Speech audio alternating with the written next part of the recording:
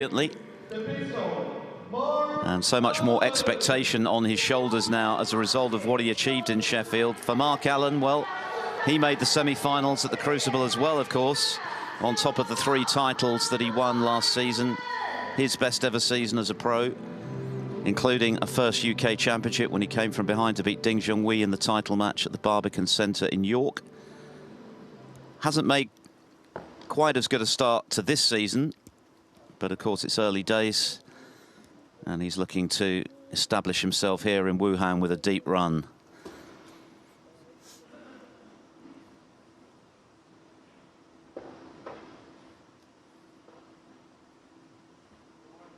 It's Mark Allen, player of the season, against Jiahui, world semi-finalist, for a place in the last 16 of the Wuhan Open. The first of 5 frames to go through.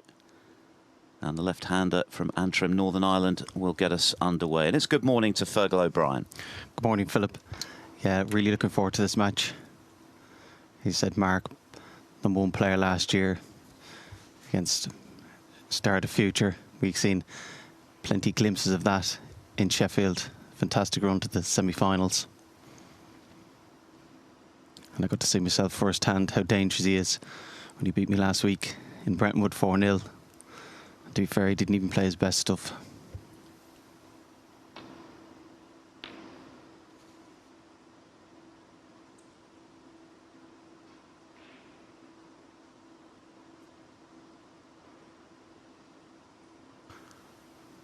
As we've seen in the World Championships, very attacking, great long potter, good technique, real prospect.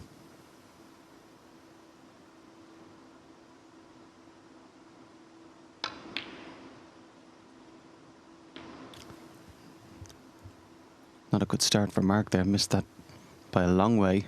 Wasn't an overly difficult shot for him, certainly with his cue power. But he cued right across that. First shot of the day. Doesn't help your confidence. And he has been struggling. He said a little piece for confidence. I think the last year or so, even despite his fantastic results, he's been looking to make some changes in his technique. I don't think those changes are bedding in as quickly or smoothly as he would have liked.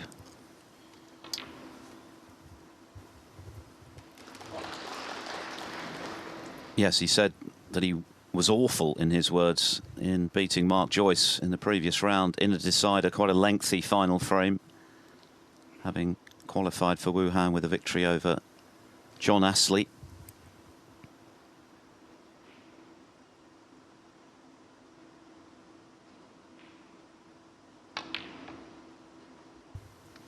And it has been a modest start to the campaign for Allen. Made the last 32 in Brentwood last week. Of course, he made 4 centuries in 4 frames in his opening match, but he lost in the second round of both the European Masters and the British Open.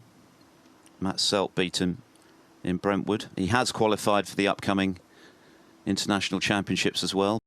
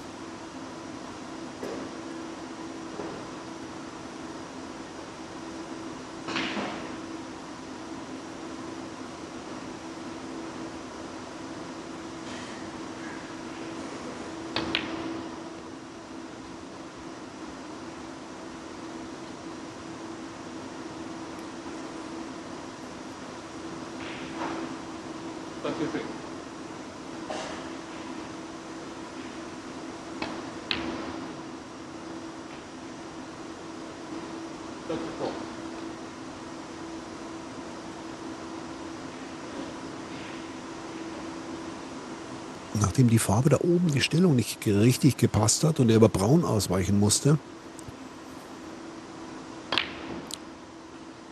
hat er das wieder gut korrigiert. Muss allerdings auch auf diesen starken Bandenabschlag achten, über den hier schon viel gesprochen wurde. Hohes Tempo auf dem Tisch. Da geht die Spielballkontrolle sehr schnell mal flöten.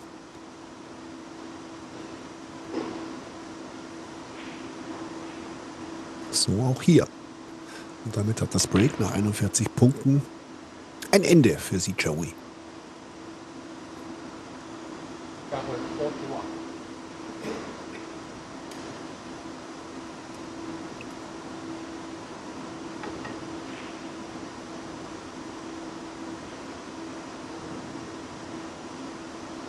Die anderen Tische, die aktuell live bespielt werden, Xu Long gegen Liam Highfield, können Sie selbstverständlich bei uns auf Discovery Plus live mitverfolgen, die beiden an Tisch Nummer 2. Highfield ja der Robertson-Bezwinger von gestern. Ashley Carty trifft auf Juan Zixun.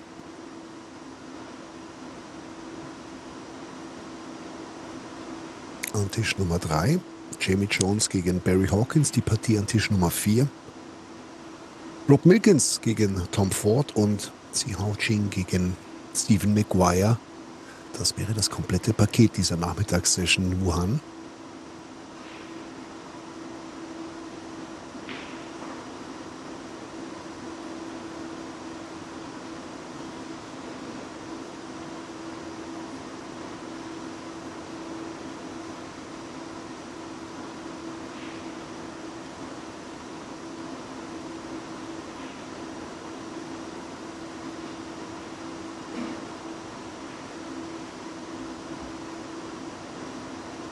Schön zu sehen gewesen. Anspielen kann er nur die 3 linken äußeren Roten.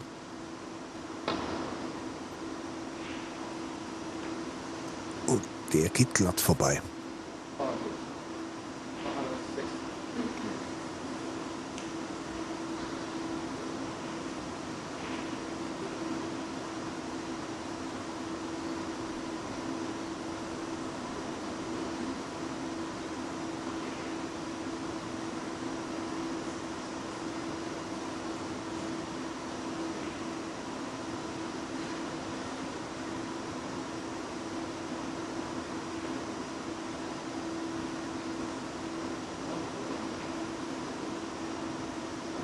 Braucht ein bisschen, denn Pink war nicht auf dem Spot gelegen, sondern ein Stück weit oberhalb.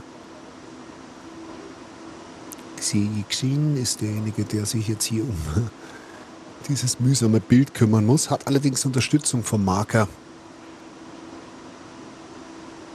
Und dann braucht es einfach ein bisschen Geduld.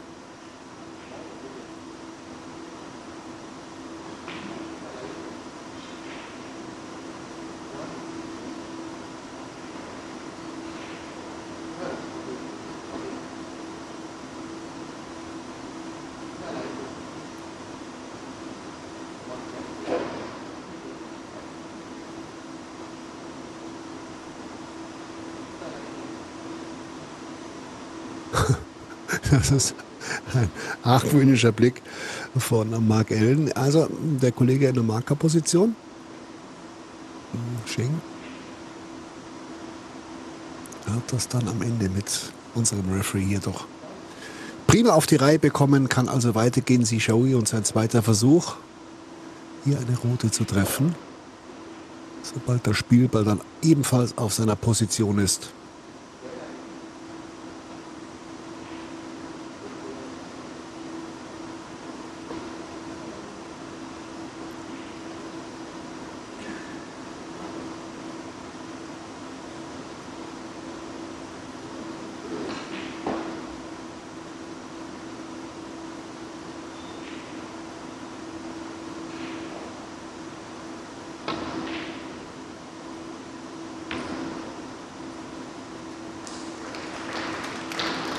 Und der zweite Versuch klappt dann, zwar etwas dicker als gewünscht.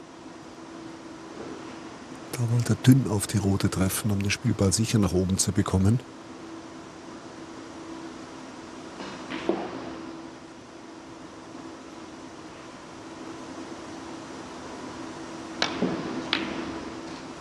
Und der zweite Einsteiger von Allen, der klappt dann.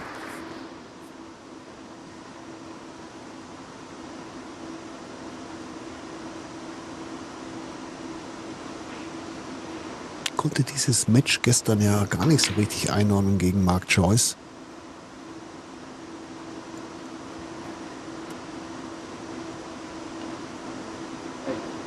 Sind sehr gespannt, ob Mark Allen sich hier heute wieder in die alte Form zurückbringen kann, die ihm im letzten Jahr diese furiosen Erfolge brachten. Northern Ireland Open gewonnen, UK Championship am Ende des Jahres nach einem Riesenrückstand noch gegen Ding schon wieder das Match gedreht. Im Anschluss dann auch den World Grand Prix gewonnen in einem fantastischen Finale gegen Judd Trump.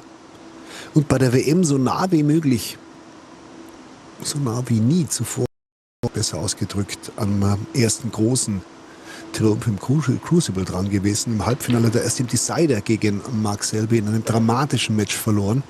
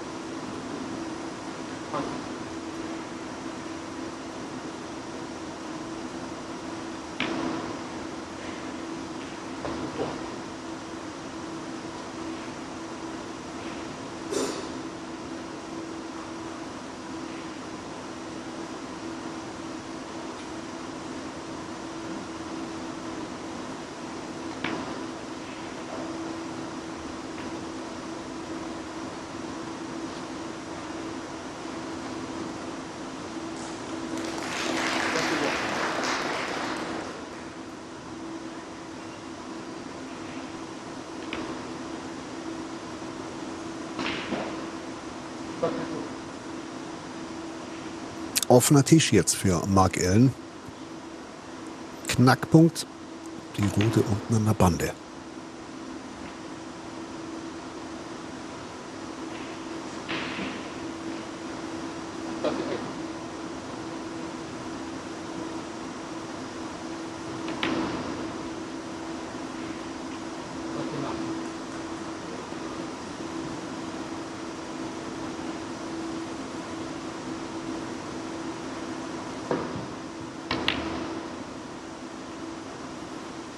Kann sich hier einen guten Vorsprung rausarbeiten, aber der reicht nicht, ohne die letzte Rote da unten an der Bande zu lochen. Die braucht er noch.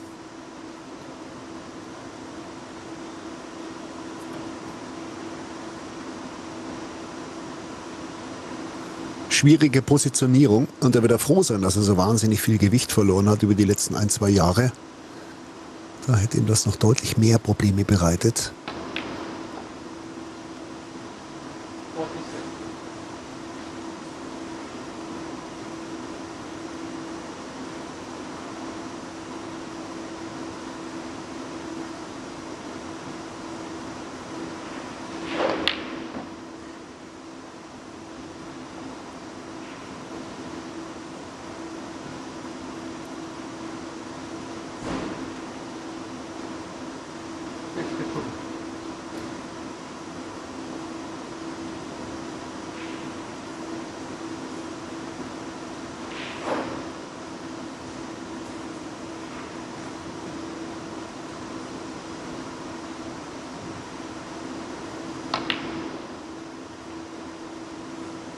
Schwierige Stellung, erfolgreicher Lochversuch.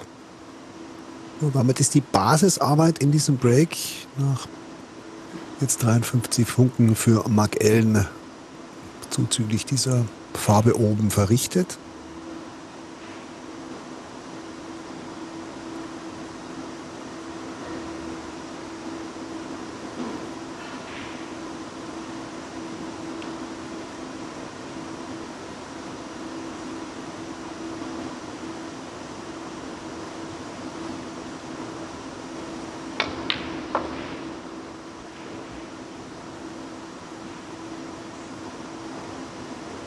Ja, der Kontakt auf Schwarz, der wäre gern vermieden worden. Und über Schwarz snookert er sich auf die letzte Rote.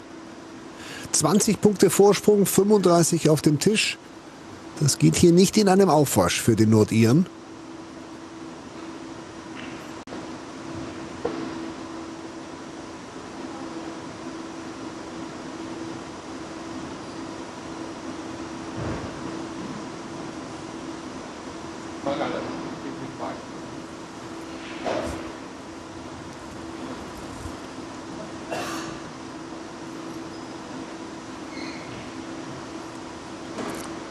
Ein 55er Break, von dem Allen noch nicht weiß, wie viel das wert sein wird.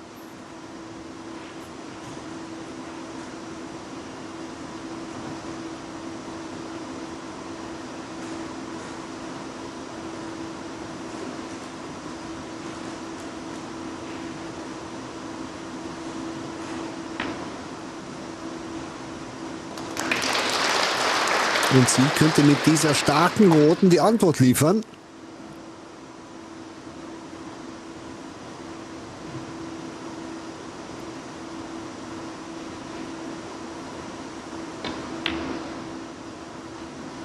Klasse.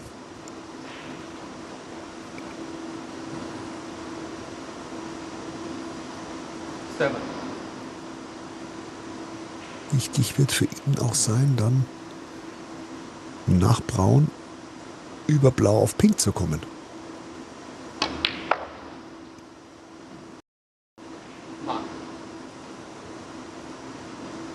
Das hat sich damit schon erledigt. Denn da kommt er viel zu stumpf aus der Bande wieder raus. Keine Chance. Da grün zu lochen, auch er snookert sich und muss die Foulpunkte kassieren.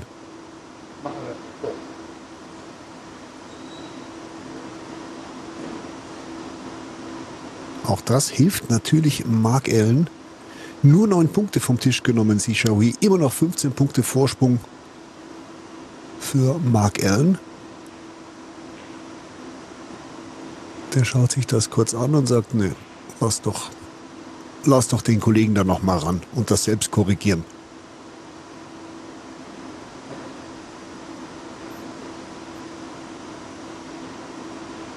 ...25 Punkte also noch zu holen.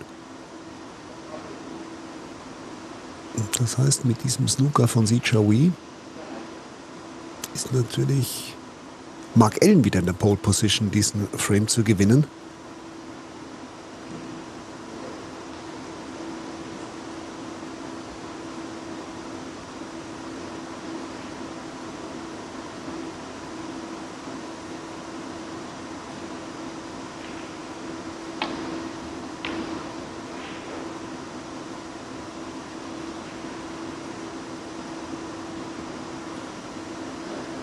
Denn der hat ja nicht mehr so weit zur Ziellinie.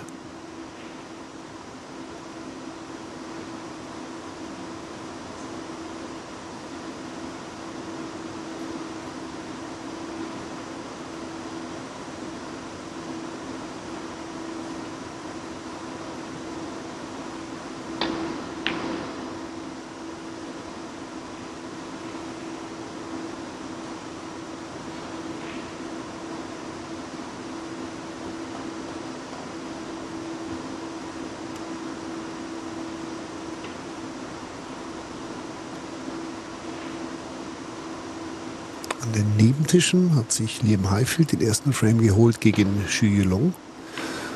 Und Tom Ford führt mit 1:0 gegen Robert Milkins. Dazu Barry Hawkins 1:0 vorne mit einem Century Break von 100 Punkten gegen Jamie Jones.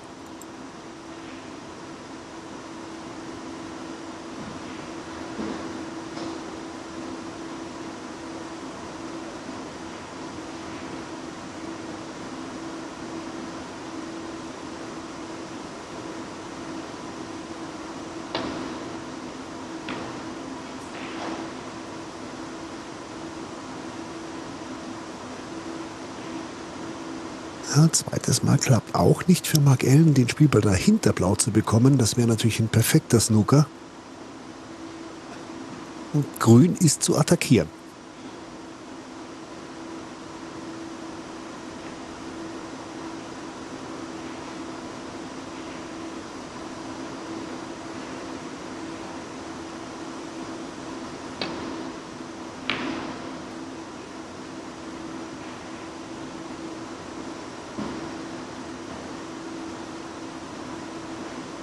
Durchaus gute Chance für Jiahui gewesen, hier nochmal zuzupacken.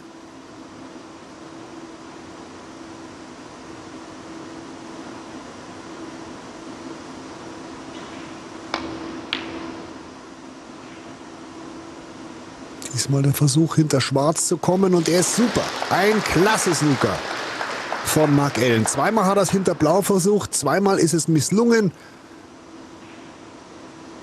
Sie verpasst, grün zu lochen und bekommt dafür die Quittung.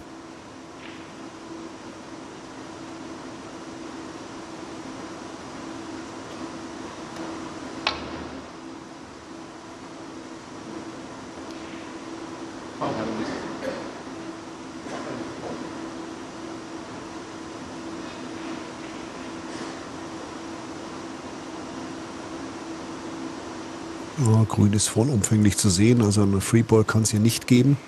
Er misst trotzdem nochmal ab. Ah.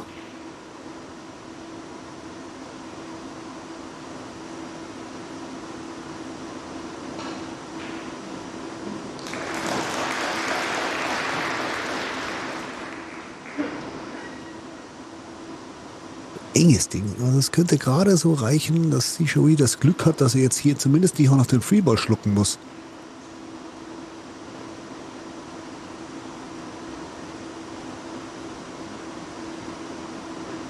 Es gibt den Freeball für Mark Allen. Und das ist natürlich die goldene Chance. Kann jetzt irgendeine Farbe als grün lochen. Die kommt zurück auf den Tisch. Es geht als grün weiter. Also zusätzliche Punkte zu den 4 Foulpunkten, die er ohnehin bekommen hat. Und damit hat er jetzt 19 Punkte Vorsprung.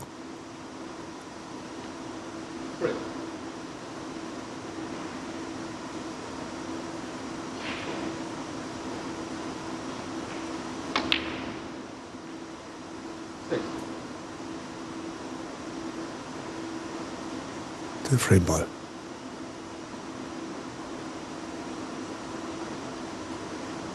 Da stimmt das Scoreboard jetzt nicht mehr ganz. Punkte werden sie gut geschrieben, das ist sehr hoffnungsvoll, funktioniert allerdings nicht. Deshalb wartet Mark Allen auch mit dem nächsten Stoß, bis das Scoring korrekt ist.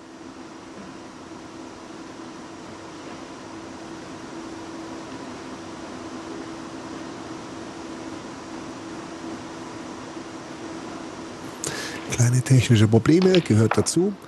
Kein großes Drama, solange es aufgelöst wird. Die Rechenspiele können ja ohnehin beendet werden, wenn Allen blau locht und Pink lässt gar keine Zweifel mehr aufkommen. 29, jetzt stimmt's. 29 Punkte waren es vor Blau, 84. Und damit ist der Frame selbstverständlich durch. Mark Allen holt sich hier auf Umwegen dann das 1:0. Nach dem besseren Auftakt für sie dürfte das Gefühl bei Mark Allen, glaube ich, zum Auftakt dieser Partie besser sein als gestern gegen Mark Choi. Das ist auch die erste Chance. Spielt Mark Allen eine 55, snookert sich dann allerdings auf die letzte rote, muss ein Stück nacharbeiten, was gelingt zur 1:0 Führung. Die Temperaturen in der Halle haben wir schon angesprochen. Auch Mark Allen lässt sich da ein Heißgetränk nicht nur für den Gaumengenuss liefern, sondern eben auch, um die Hände zu wärmen. Das sehen wir ja sehr häufig. Ich habe gestern noch Billy Robertson gesehen, der sich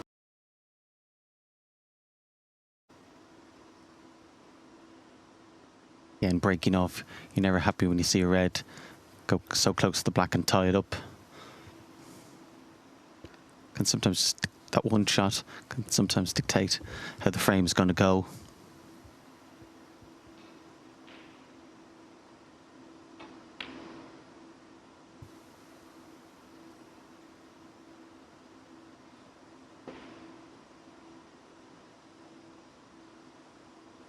Like most great potters, sometimes the strength can also be a weakness. Sometimes there's a tendency to push the boat out a little piece, go for a couple of pots maybe they shouldn't have low percentage.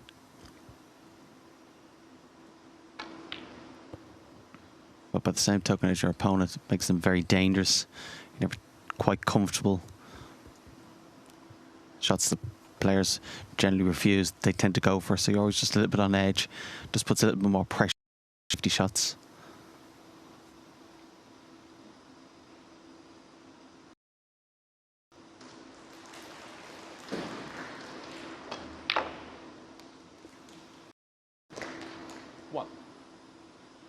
I think if he'd have lost the semi-final, the World Championships, in normal circumstances, you'd feel sure he'd have a really good season, probably could win a tournament.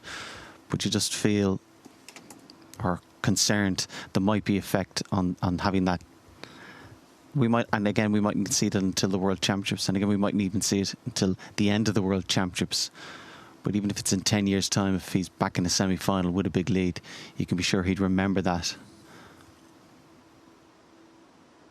With such a talent, and played so well, so entertaining to watch. It was disappointing, really, in the end. I said, not just that he lost, but the manner. You hope, for his sake, and for the sake of the game as well, it doesn't leave a scar. Hopefully he can learn from it. And again, on the other side, he could learn from it and could be the making of him.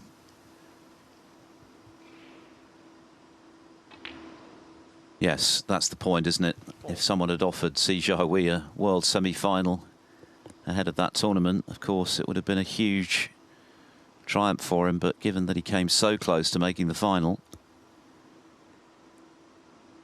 slightly different dynamic to the defeat in the end. But he is young. He's still only 21. Yeah, it was that miss on the green at 14-9 was the crucial one. Obviously, Luke had played very well from 14-5, but I think if C had a part of that green to be 15-9 overnight, I think he would have won it. It's a funny thing, even being 14-10 up, which he obviously would have liked the start.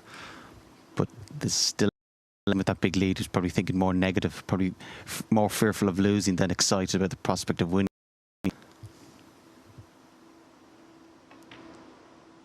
Is the player who's probably had a better night's sleep and was looking forward to playing more, as crazy as that sounds. 15.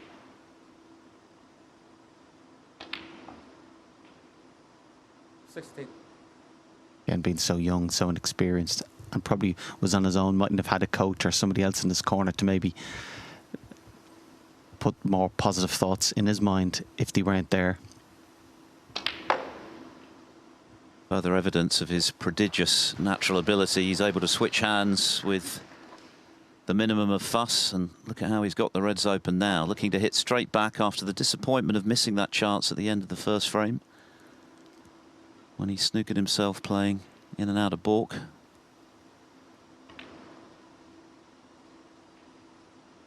Three.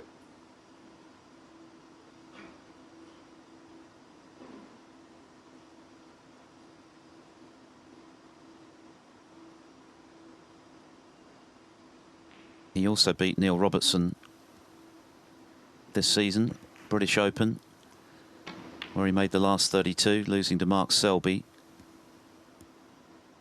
3 round of 32 appearances coming into this tournament so far in this campaign.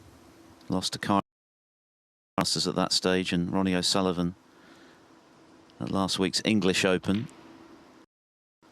So looking to move into the round of 16 for the first time in a ranking event this season.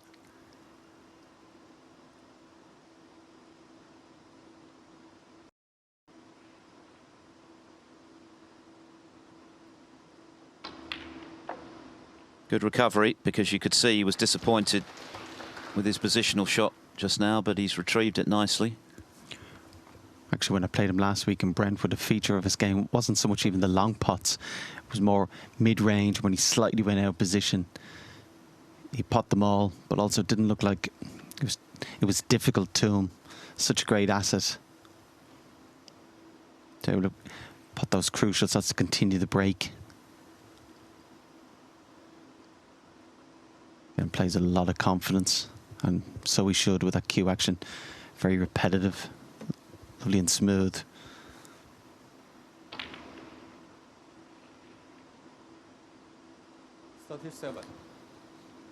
Again, certainly a great prospect.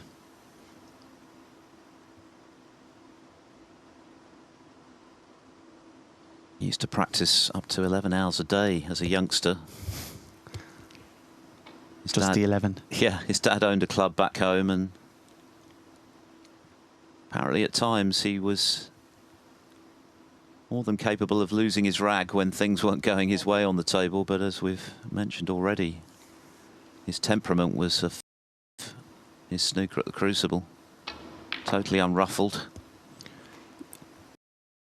Positive, so decisive. You never get a sense of any confusion in his mind. To come through final frame deciders against Shaun Murphy, who was one of the players of last season, and then Anthony McGill, who has a terrific Crucible pedigree.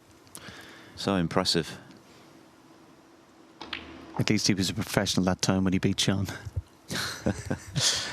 Yes, I think Shaun now looks back on those words with regret when C beat him when he was off the pro ranks. Of course, he got back on via winning the World Amateur title, beat Murphy at the UK, and Murphy said at the time he didn't feel as though amateurs should be playing in the pro ranks. He's since admitted that he got that wrong.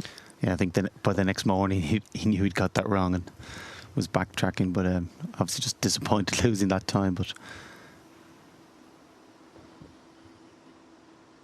well, he also said Murphy, having lost to him at the Crucible at the end of last season, that he thought he was a world champion in waiting. And sometimes players will say that after a loss, maybe to take some of the attention away from the fact that they have lost when they were favourites. But we saw what C went on to achieve. And I think many people feel he's got the tools to do it in the future at some point. In the meantime, he just wants to re-establish his best game this season. And once again, as with the first frame, he hasn't quite been able to kill it off at this visit. So just the safety. He was 41 in front in frame one. He's 50 in front now, but there's still enough there for Allen. Although there is a red safe on the side cushion. Green's also awkward.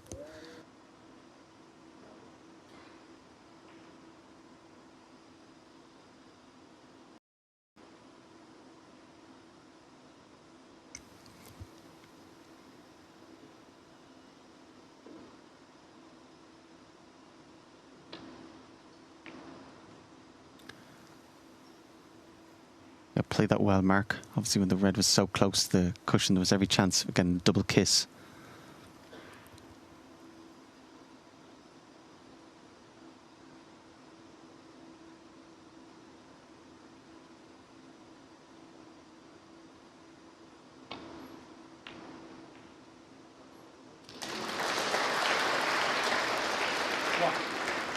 Yeah, that kind of shot he's lethal at.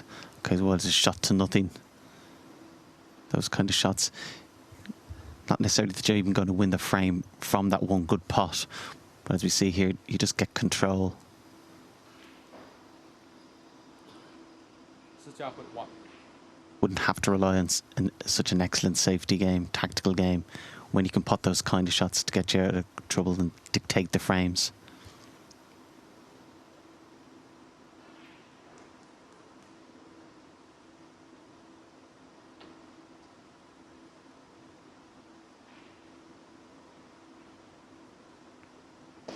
Yeah, I'm not sure if Mark played it that way. I think he was playing for the red. He's landed beside.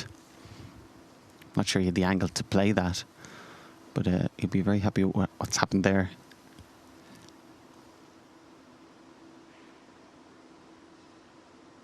.51 ahead. Green on the side cushion. Ideally like to get another red or colour on the cushion as well. Give him a little bit more insurance. And if he has a touching ball, that would help. If he's a touching ball, he could actually glance off the black. Just playing just to put him back behind the green.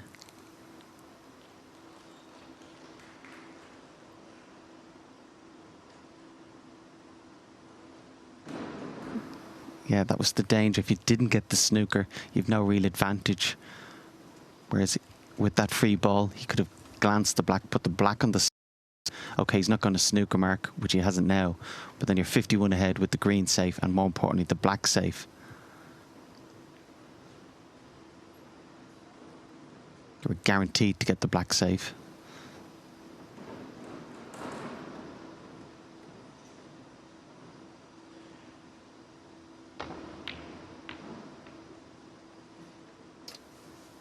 Meanwhile, Liam Highfield has just doubled his lead. So So far, so good in Highfield's bid to back up that excellent win yesterday against Neil Robertson, against the in-form Zhou Yulong, 2-0 up. It's available on Discovery Plus.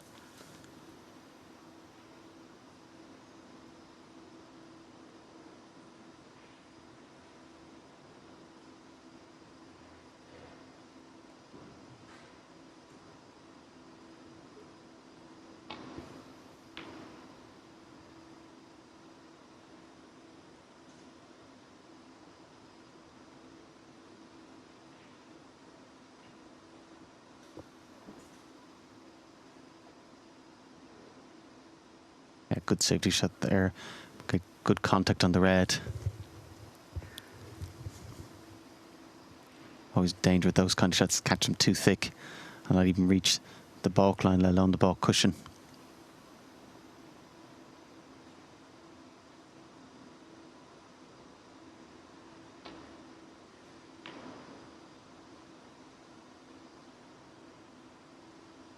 Excellent return from Mark. Excellent length. Yeah, the top of the leg from C there, just acknowledging that. I think he'd like to play the red beside the black. You could play this shot to nothing come round, but there's a danger in playing that. Would you hit the other red or maybe even the blue? Probably worth a gamble.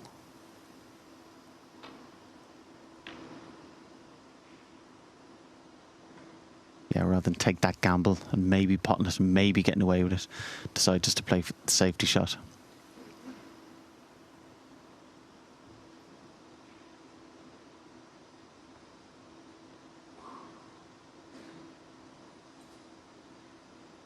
A lot of the time when you're playing safety, it's not even so much a case of putting your opponent in trouble. A lot of times it's just a case of making sure your opponent on his next shot can't pot a ball.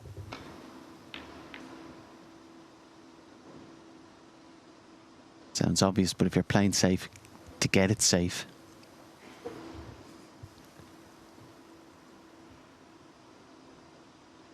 This department of the game, the tactical side, has been a massive improvement in Mark Allen's game the last couple of years.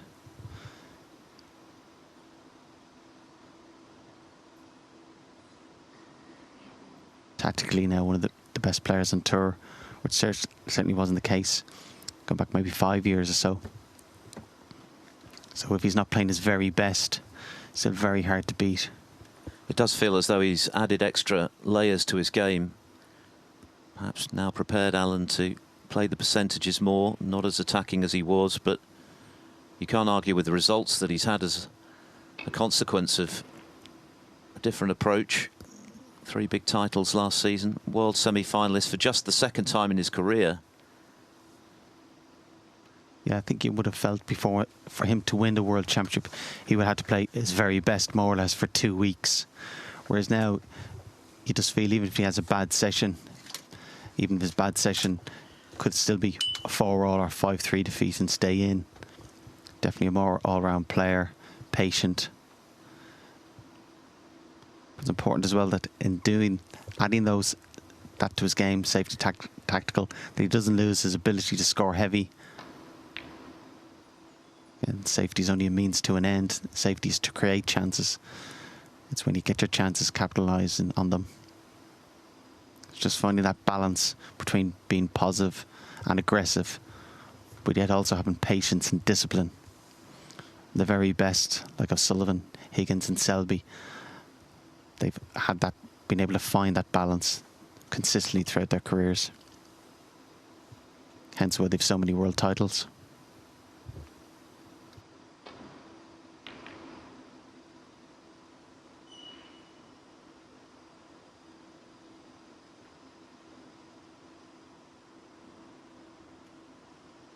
Green's like a magnet at the moment. Both players trying to swing it around to that side. It seems with each safety shot, the balls are getting more and more tied up, which obviously 51-point lead.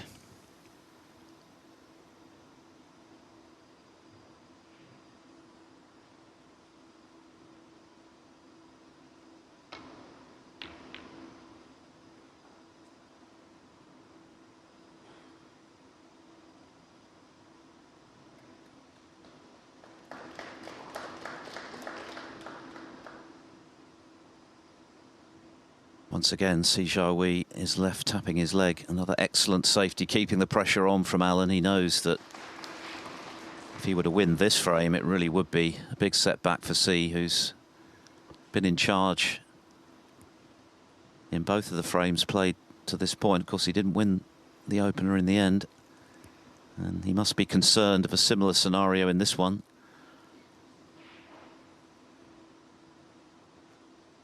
I think if you come off the side cushion, go by the yellow before the middle pocket, and just try and land on the red and the black cushion is probably the best. Even if he missed it once or twice and gave away 4 or 8 points with his lead, it shouldn't be too damaging. This kind of situation, and like in tennis terms, just really get the ball back over the net. Don't try and play a winner or try and be too clever. Just hopefully on Mark's next shot he doesn't have a pot.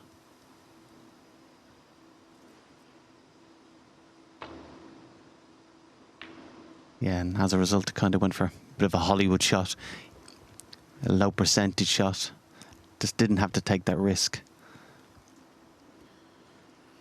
It's just that little bit of experience at certain moments, which he will get in this game.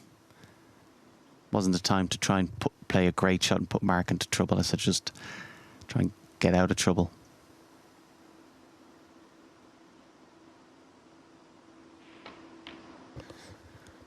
So Allen's excellent safety has created this chance to get back into this second frame. 50 behind, but with a colour to come.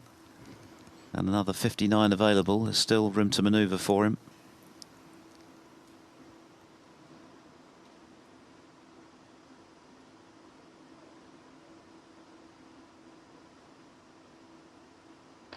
Next week at the Waterfront Hall in Belfast, he'll be going for a hat-trick of Northern Ireland Open titles, looking for another successful defence. Of course, he's got very happy memories of playing in China. His very first ranking title came in Haiku at the World Open in 2012, and he was able to successfully defend that title as well. Happily, the World Open will be returning to the tour this season in the spring of next year in Wuhan.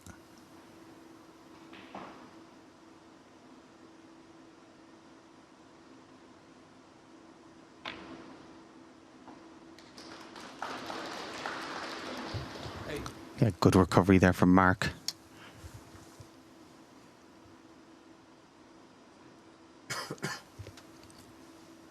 Obviously where the balls are, he's not really looking to win the frame in this visit. Just try and put as many balls as he can, reduce the deficit, and then get control of the frame. Could end up having 3 or 4 little mini games.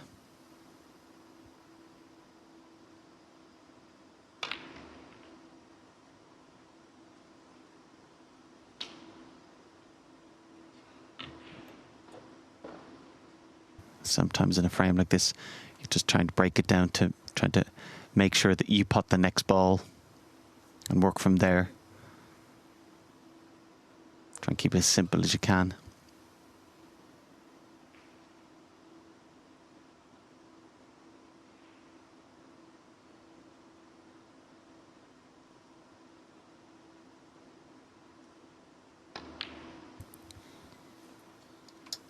Yeah, he didn't land well on that red. It was awkward, so still 36 adrift. Hasn't left anything though. Table's quite awkward in terms of an effective counter.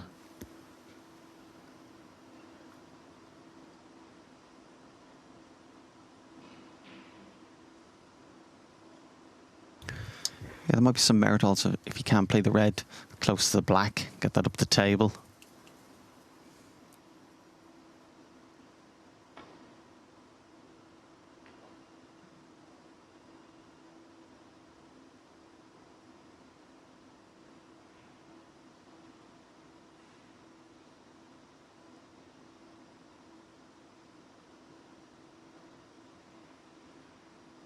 Other scores, Tom Ford leads Rob Milkins 2-0. Barry Hawkins is 2-0 up on Jamie Jones.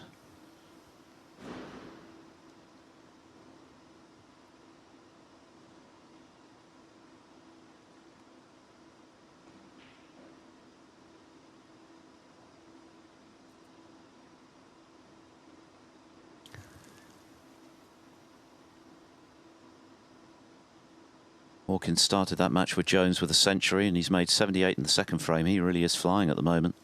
Played brilliantly to win the European Masters, beat Bracel, Selby and Trump in the final to do it. His first ranking event title for 6.5 years.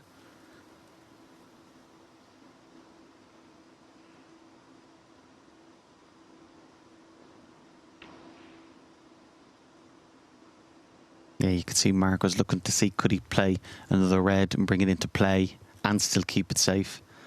Felt he couldn't, so just tried to play a dump shot. Actually left quite short here. Left the shot to nothing that he shouldn't have left.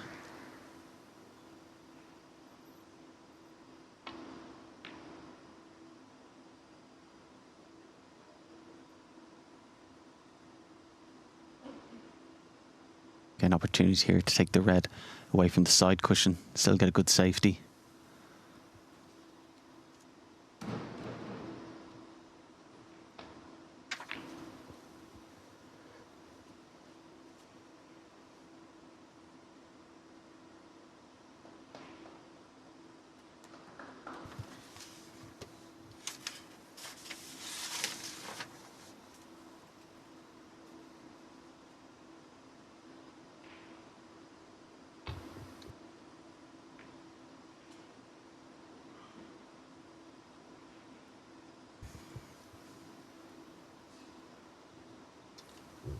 Jiahui will be concerned that this frame could be headed the same way as the first.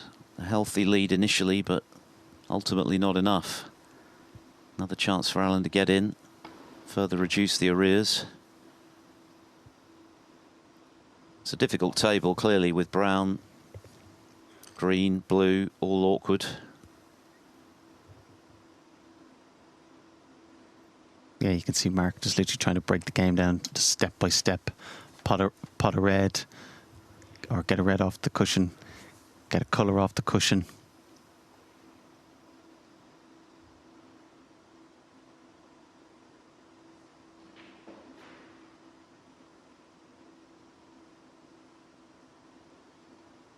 Of course, has the option of maybe trying to get a snooker here. Might even roll it behind the green, but also anxious to get more colours in play.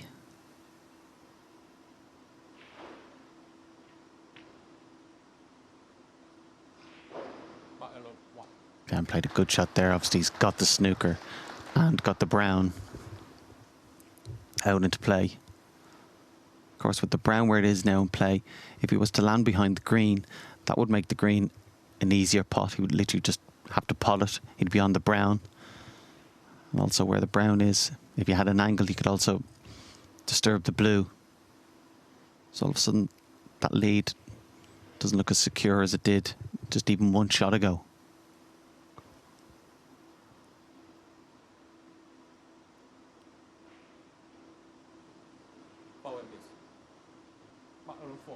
And the result of that, even though he's now 32 points behind it, he wouldn't necessarily make Mark favour, but he's certainly in control of this frame.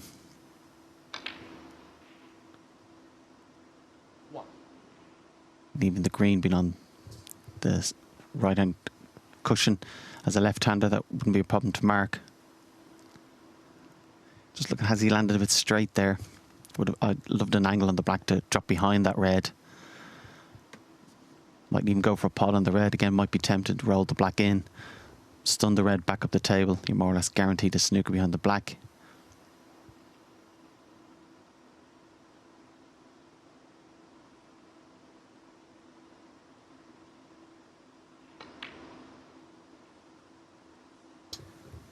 One thing that was a recurring theme about Allen's tremendous consistency last season was his patience. He didn't care how long it took. He was prepared to bide his time when frames weren't going his way. The UK Championship final was the ultimate example of that, when he trailed 6-1, but he never looked phased in his chair. It was almost as though he knew that sooner or later he'd get chances, and when he did, he took them well.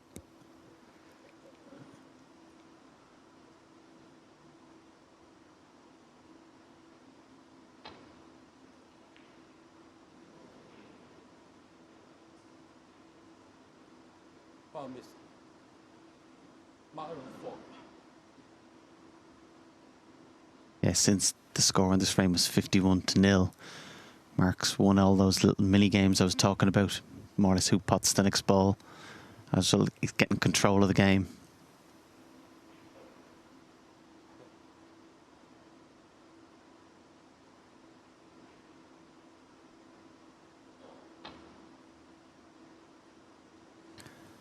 It's the kind of frame, if you did lose, you'd come away and go, you couldn't really pinpoint what exactly you did wrong. But just slowly but surely it slipped away. And of course, all these extra points are helping Mark as well.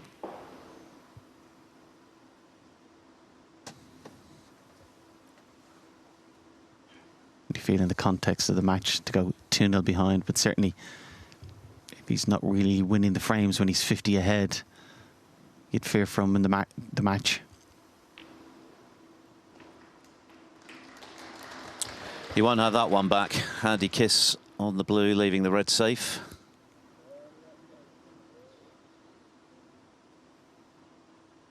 But that 51-point lead is now down to just 15 with 35 left.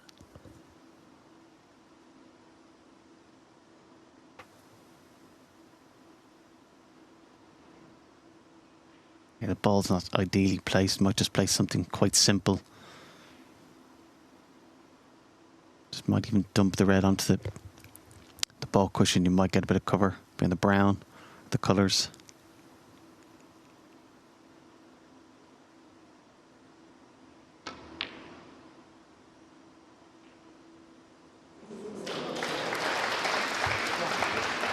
I think he played it.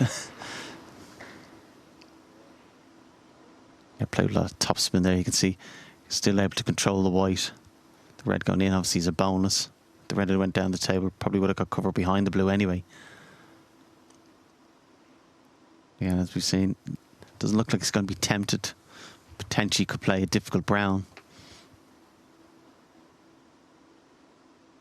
But rather than take a gamble, looks like he might just play an excellent safety.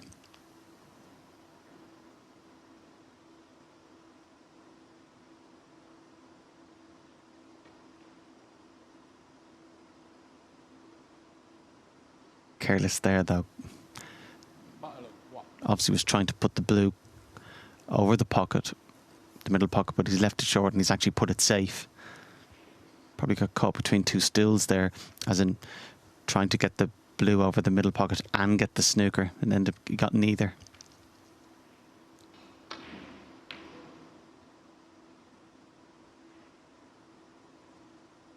And again, of course, 14 points ahead. See, he doesn't need that safe blue.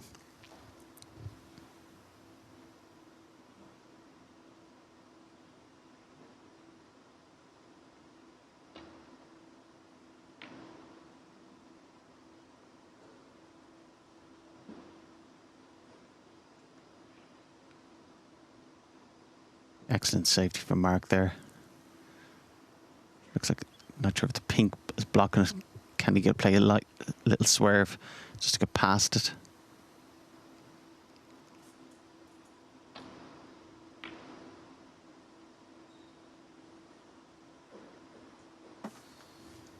Still a pretty handy lead, actually, given the position of three of the remaining colours. But equally, Jiahui will be concerned the way things are gradually unfolding in this frame. Allen, bit by bit, is eating away at that lead. Clearly has the edge tactically. Even if he's not playing at his fluent best in the early stages of this season, he's still very difficult to beat these days.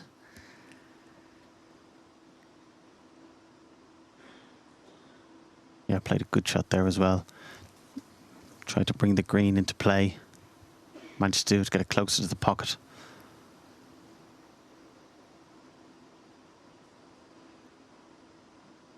So you could play to clip the edge of the yellow, swing the white around the angles, and hopefully the black would stop it if he has that angle.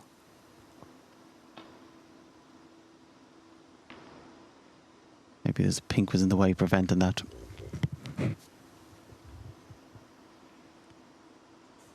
to another little mini game. Who pots the yellow?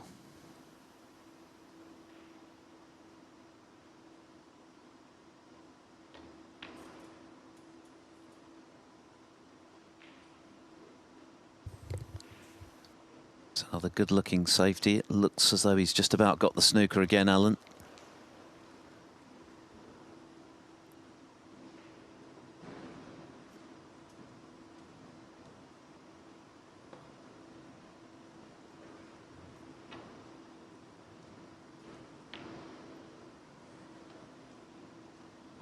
Too pacey.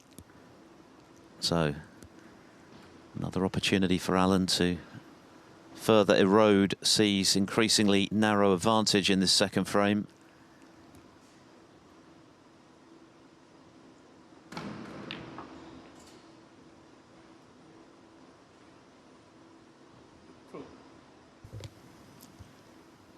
Joe Yulong has pulled the frame back on table 2, so Liam Highfield now leading 2-1. The winner of that to play either Ali Carter or Stuart Bingham. So can Alan get the all-important can blue if he can? Yeah, the blue's not a bad position, as I don't think there's enough of a gap that he can go behind the blue, so you feel any contact in the blue will get it out into play. He's quite low on the white there.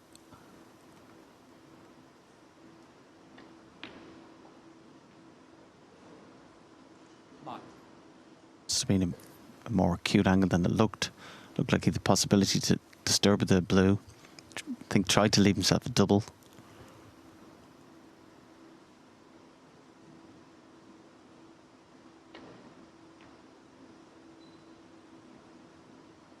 Well, there's an example of Alan just being prepared to play the waiting game. Yeah, and we've moved on, as I said, to another game. Who pots the yellows? Moved on to who pots the blue.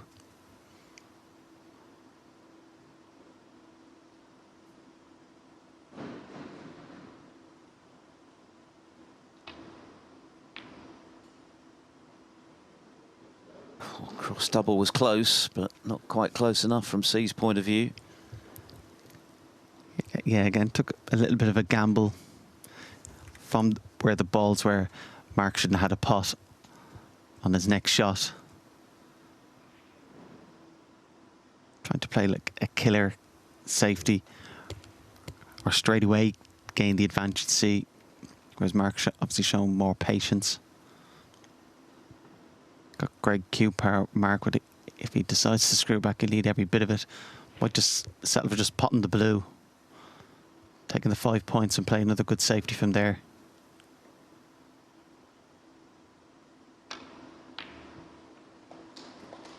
Yeah, wasn't tempted. Just take the 5 points level. If he's the angle here, he could possibly drop the pink in, dead weight, and get cover with the black.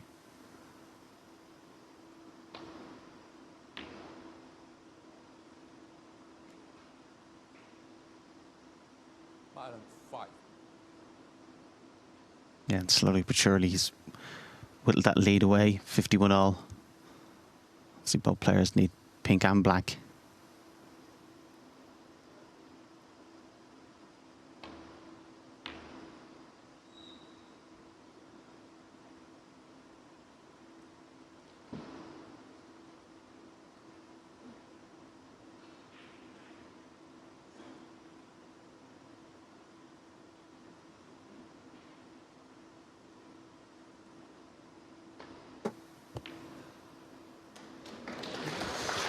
What a pot from Alan. Well, gradually he's whittled away Jiahui's lead, and now he's one ball away from pinching this frame.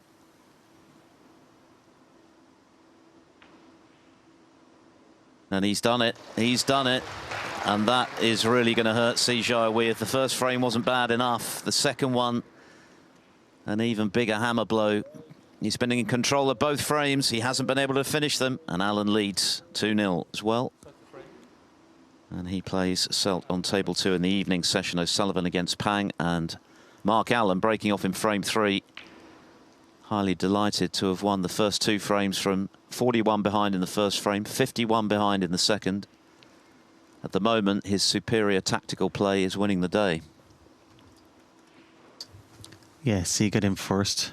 I said made a 40 and a 50. And then, hard to even pinpoint exactly how the frame slipped away, but slowly but surely, Mark, I said, won all those little mini battles.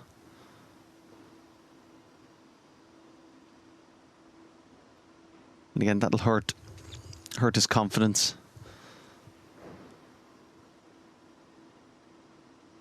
Puts more pressure on him now when he does get a chance. You feel he has to nearly win the frame in one visit.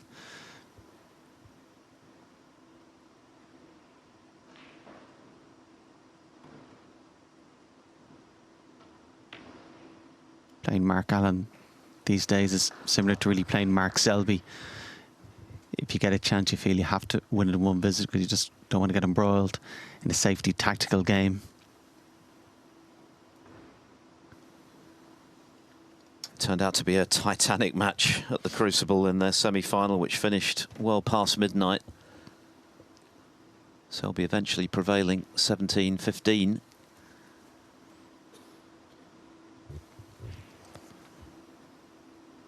Mark's more measured, tactical percentage play. Of course, that's resulted in his average shot time tend to be around 22, 23 seconds. For large parts of last season, that was close to 30, which certainly wasn't his natural rhythm. And sometimes might have got himself a little bit bogged down, trying to find that balance, as I said, between still being positive and aggressive, but also patient. Positionally, that's not gone to plan. He hasn't come far enough, so awkward on this blue.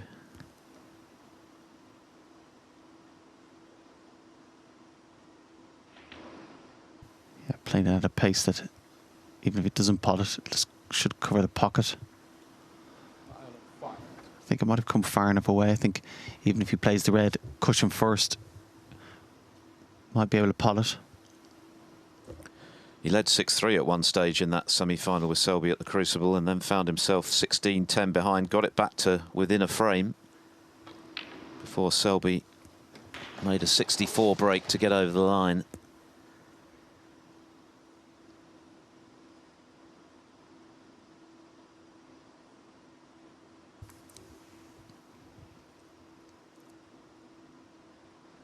Jiahui's match with Luca Brissell was rather more fast-paced, but a similar scoreline, of course, having led 14-5 at one stage. And I guess it's a double challenge, really, for Jiahui this season, isn't it? One, to get over the disappointment of not being able to convert such a big lead, but also the fact that now so much more is expected of him. He's got something of a target on his back this season.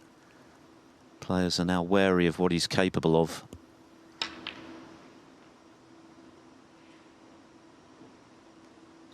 Yeah, that kind of shot always very difficult when the ball is so close to the pocket, but particularly when you have the extension and long rest, to be able to judge the pace and the power required to get it to screw back.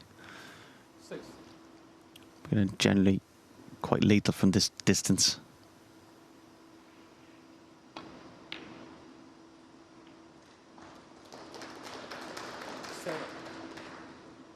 Makes that kind of shot look very easy.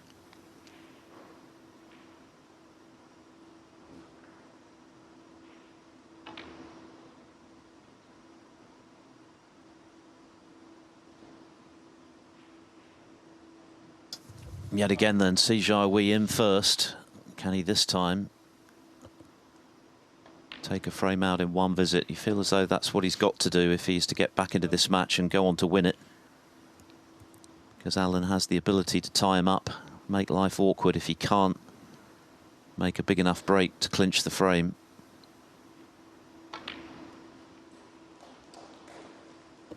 And that's not gone to plan. Yeah, and putting the last red needs a better angle on the black to be able to go into them. Looks like he can still snick this in. Oh, he's done well. Good recovery. Yeah, stretching slightly. A little bit jabby, that cue action. Just trying to just get it in the hole and move on.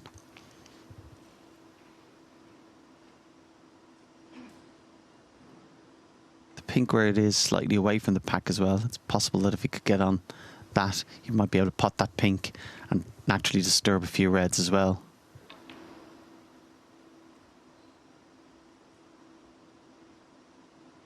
Obviously disappointed to be 2-0 down, but if he takes the positives that he is getting chances, he has been in first. Just needs to be a little bit more clinical.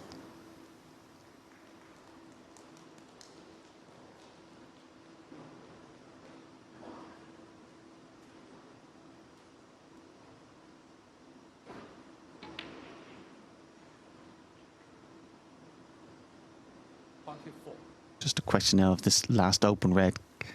Can he get on it with an angle to get on the colour to disturb the pack?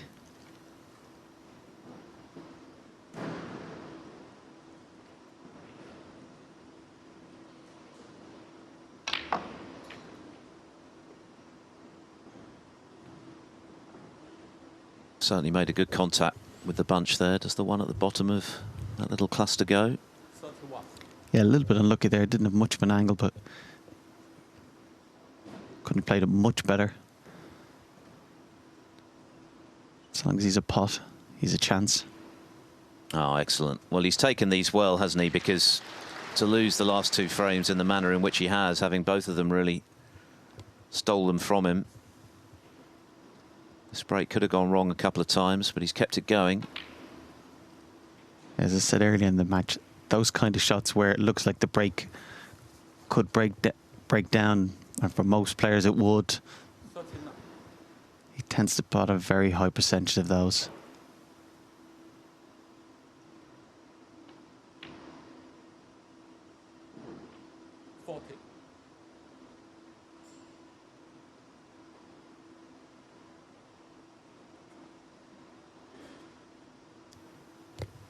Rare show of emotion there. Straight on the black. Knew when he played the red. Should have left himself an angle on the black. Slight tap of the table with his knuckles there.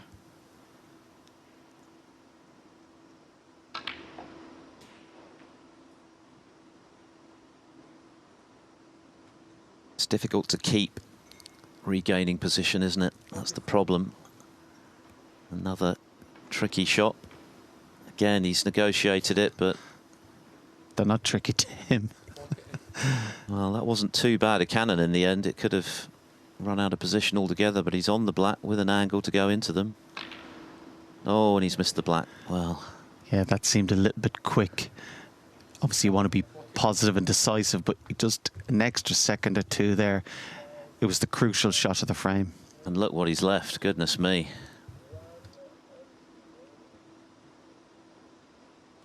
What an opportunity that has been gifted really here to Mark Allen for another steal.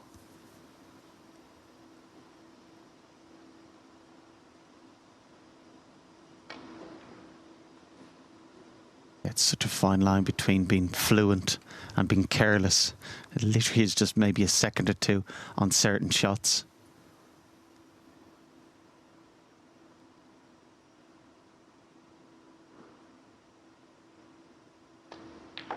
By missing it and going into the pack, feels like he's done all the hard work.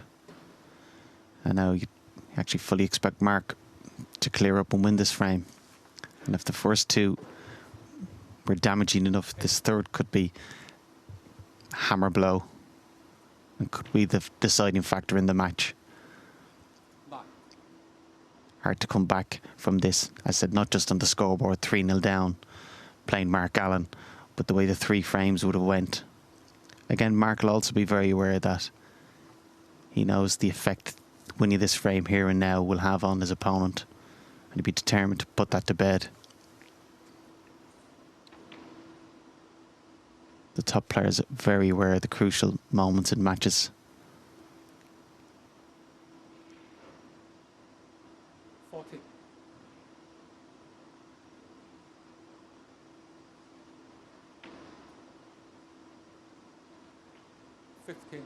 Yes, had Jiahui negotiated that cutback black just now.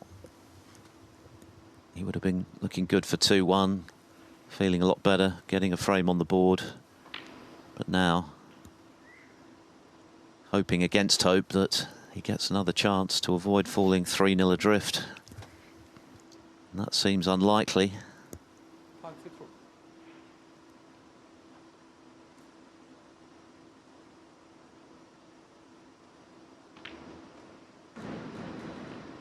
23.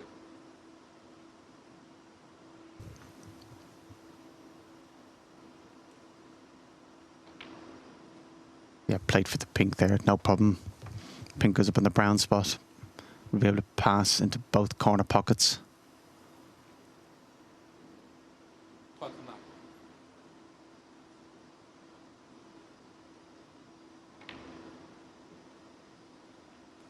30.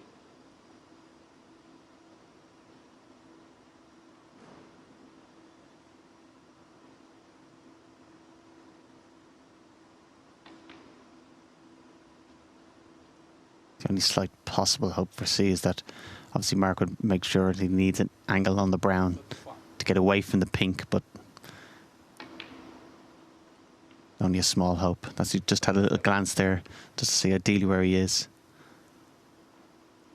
So the pink's not in his path. The pink is all they'll need for 3-0.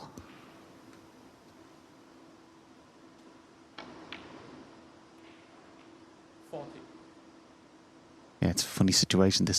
The winning and losing of each frame has been in C's hands, and he's going to find himself 3-0 down. Led by 41 in the first frame.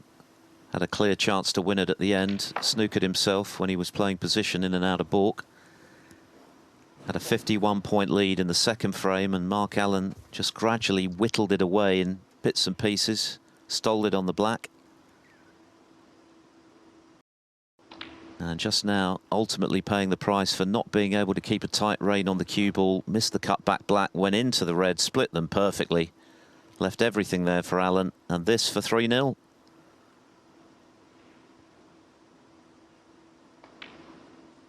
And you've got to say it's top-class match play snooker from the man of last season, Mark Allen.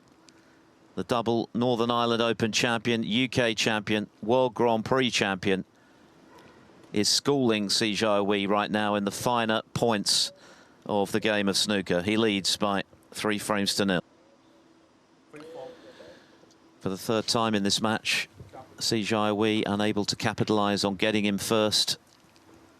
Mark Allen taking all 3 frames. He's been clinical. And that's why he's in such a strong position with just 1 frame to come before the interval.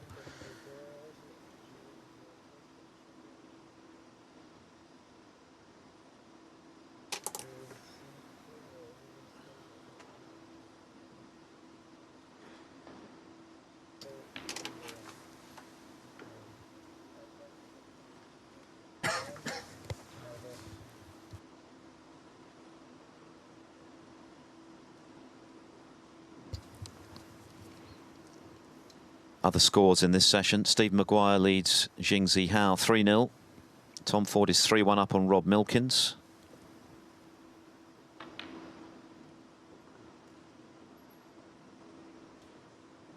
Barry Hawkins leads Jamie Jones 3-0.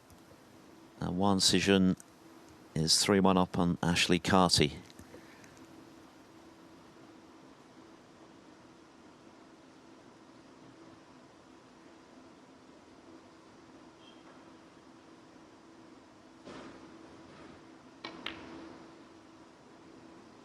A let-off for C.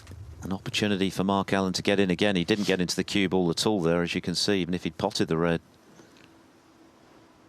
He wasn't on a colour. This feels like a frame that Jiahui, particularly given how the first 3 have gone, has to win.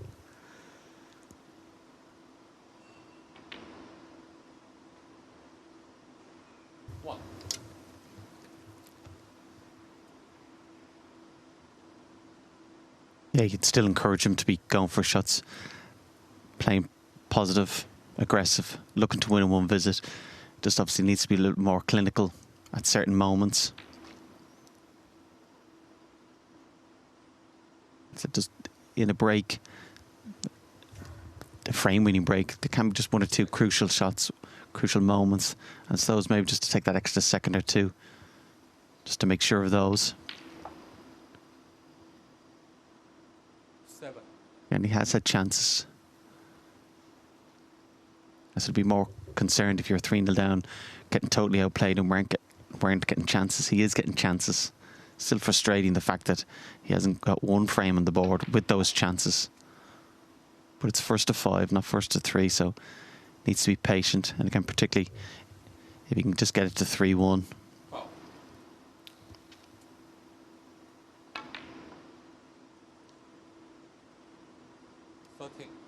But lovely to watch, lovely rhythm.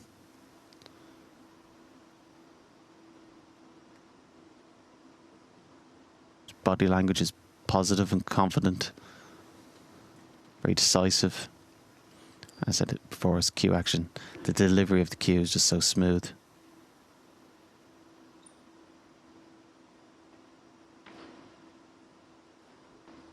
He first made people sit up and take notice when he beat Ding Junhui in a national event when he was just 14. Moved to the UK when he was 16. Based himself at Victoria She's Academy. And that's a big deal, obviously, when you're that young, moving to a brand new country, thousands of miles from home, not easy. In fact, he didn't see his family for 3 years as a result of the COVID pandemic.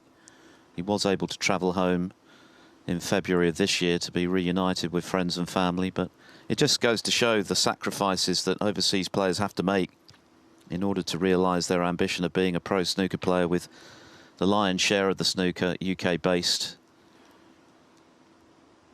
Neil Robertson has alluded to that on a number of occasions.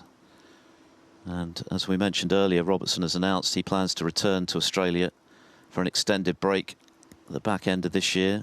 May miss a couple of tournaments in the process after a poor start to the season for him.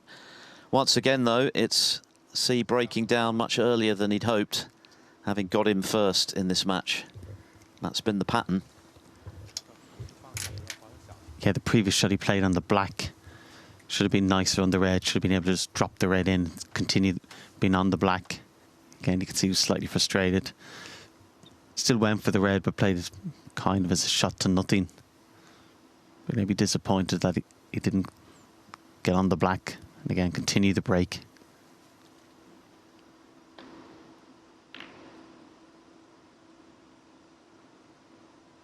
And you just feel we've gone into another part of the game.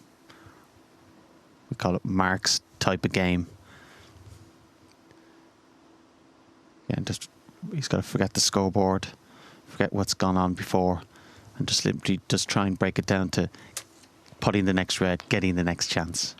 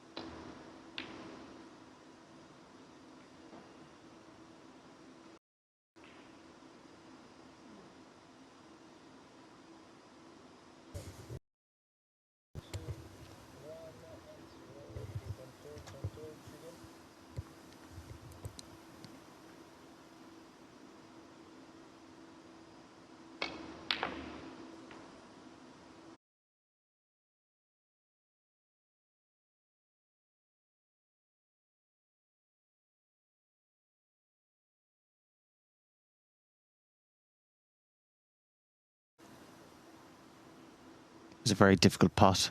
No guarantee of being on a colour. Chances are he would leave his opponent a chance. And also you could argue a 3-0 down. He's lost the right to be going for that kind of shot.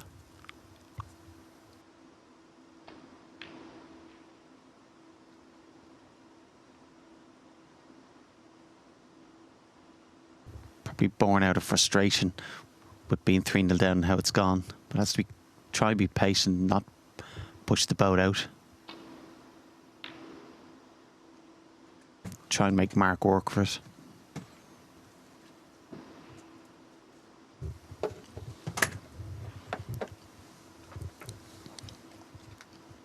Three 0 down, all long pots look a little bit more difficult.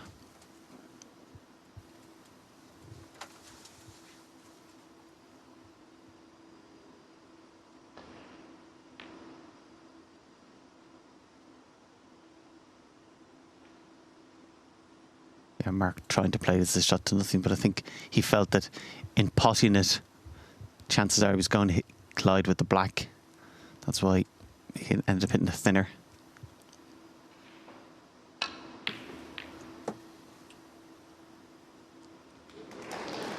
Well, maybe that'll be a turning point for Jiahui. We'll certainly hope so. That red staying over that pocket helps as well. Just literally has to pot any colour. He has another red to follow. That last red, the way he played it, trying to screw back, there was merit in that, but missed it by a long way. What a difference that fluke could make.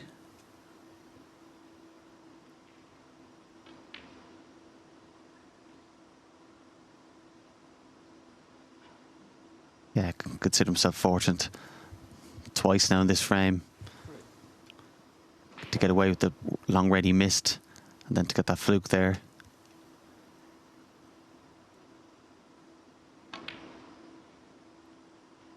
And certainly with that, has to capitalise. Ideally in this visit, but certainly needs to be winning this frame. Table's not ideal with the black out of commission. But he's already 35 to the good, so it's a chance nevertheless to win the frame at this visit to the table. If he can keep good control of the cue ball.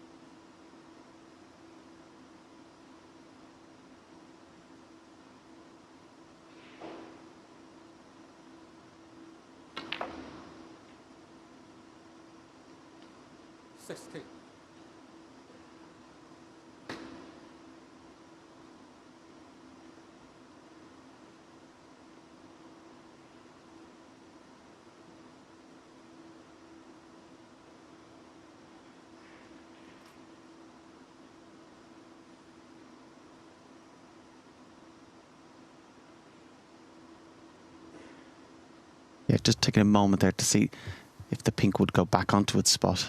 Not sure that it will.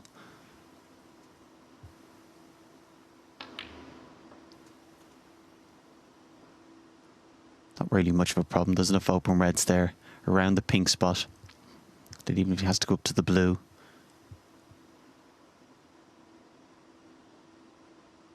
I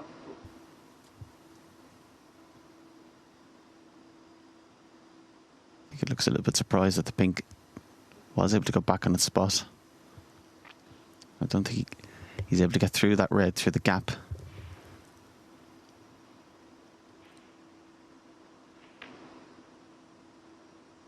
little bit careless there from the pink. Was more or less a certainty that he should have made sure he was nicely on the red. Again, he's played a good snooker there. But again, you feel if Mark gets out of the snooker, doesn't leave a red on, even 48 behind, we're going to start playing the game Mark Allen wants to play. That Mark is better at than C. It was another opportunity, wasn't it, that he didn't really capitalise on. That has been the theme of this match for C. Hasn't scored heavily enough when he's had the opportunities to put frames away.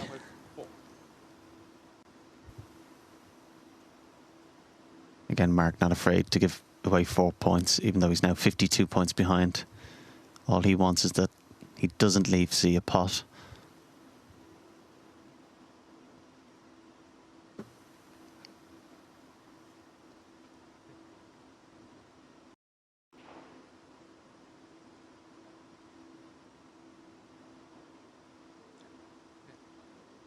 If he doesn't leave a pot and we get another safety game, it'd be interesting to see the tactics of that again.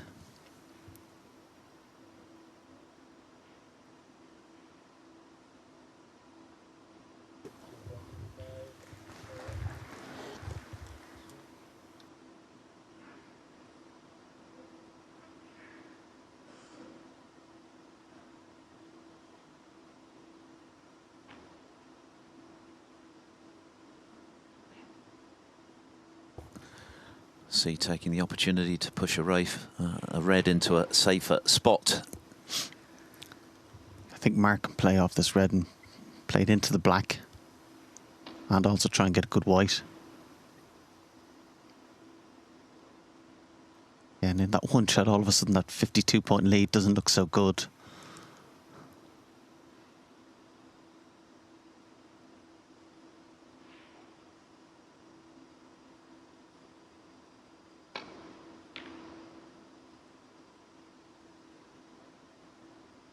It certainly doesn't refuse much. Again, didn't have to gamble. He's 52 points ahead. Sometimes I think you have to play the scoreboard. Scoreboard as in you're 52 points ahead in this frame, but also the scoreboard as in you're 3-0 down. Somehow he has to get this frame on the board.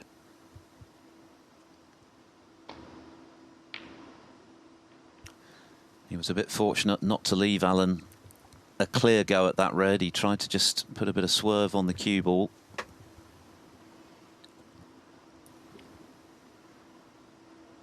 Well, one good pot here and the frame is surely his. This has got to go.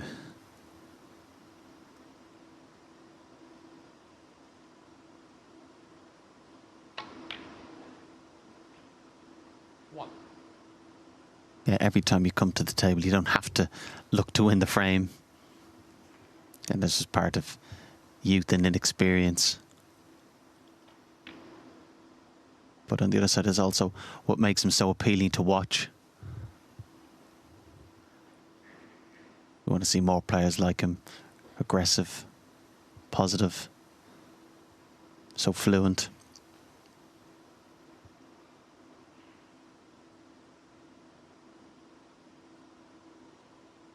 And you feel hopefully sooner rather than later, if he was to win the tournament, could open the floodgates. Just got a really good game, and just naturally, in time, the other little departments of his game will naturally come. And if you think when he's 25, what sort of player he's going to be. He just needs this red to finally register a frame in what has otherwise been a very frustrating mini session, but it was a frame he had to win, and he surely has. Not without a bit of luck, it has to be said. The fluke earlier in the frame was a big help.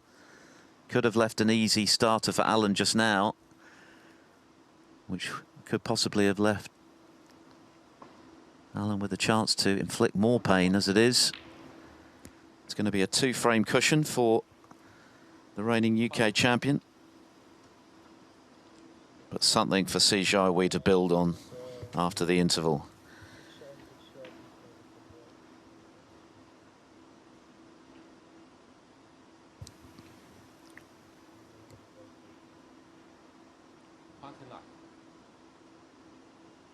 Over on Discovery Plus at the end of this frame, we'll be going over to table 2 to catch up on the latest proceedings there. Mark Allen concedes, so it is going to be 3-1 at the interval for Mark Allen. He'll be happy enough with that scoreline, given he could have lost all 3 of the first frames of this match.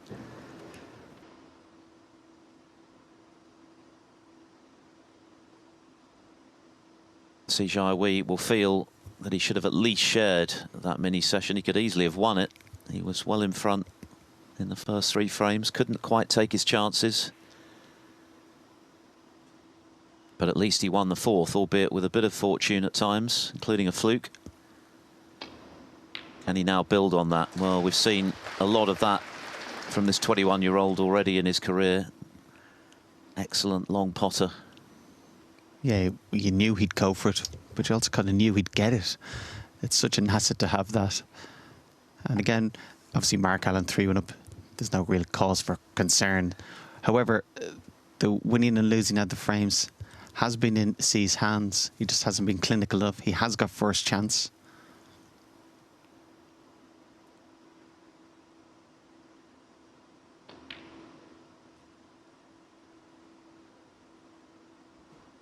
So it sounds simple, but if you can continue to get the first chance, then capitalise on it, he'll win.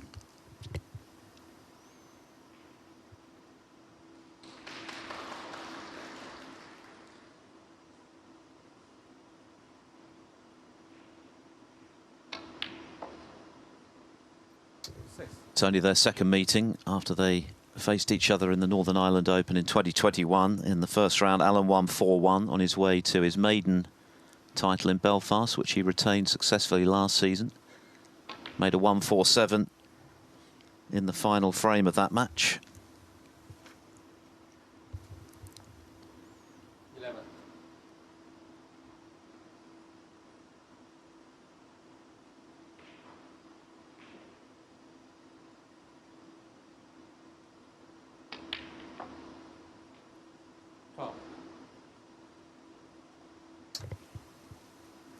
Yeah, the whites went a little bit close to the side cushion that he would have liked, but still should pot this. Be able to hold for the red beside it.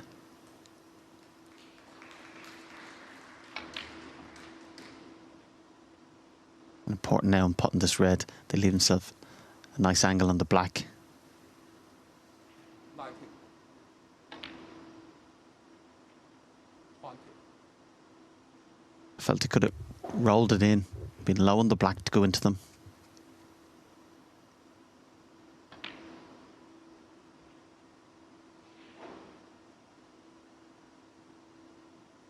Low on this red, 7. pot it, power into the pack and get out. Try and get on up the table. Oh dear. Oh, goodness me. Well, that is the second outrageous fluke from Jiahui in 2 frames, when it looked as though he'd passed up yet another opportunity to score heavily. Wow. Still needs a good black here. It's not easy. Close to the side cushion. Yeah, very well played.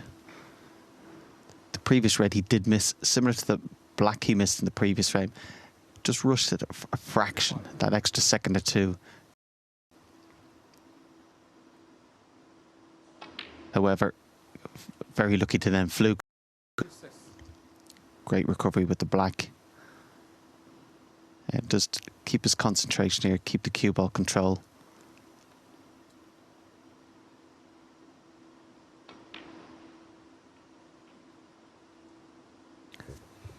Again, it can only be a lack of concentration here that'll prevent him from winning this frame. And again, all of a sudden, quickly it's 3-2. And as I said earlier, Mark would want to start getting control of the frames, trying to get the first chance. We've talked about Mark Allen's depths of patience, which was certainly a feature in the success that he had last season. It's being tested to the limit right now, isn't it? 2 huge flukes either side of the interval for his opponent, which could make a big difference in this match.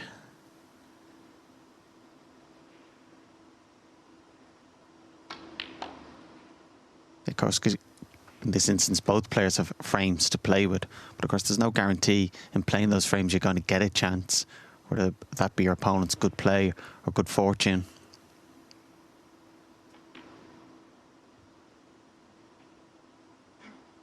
Certainly even at 3-0 down, hasn't went into a shell. Still looks confident, looking to attack.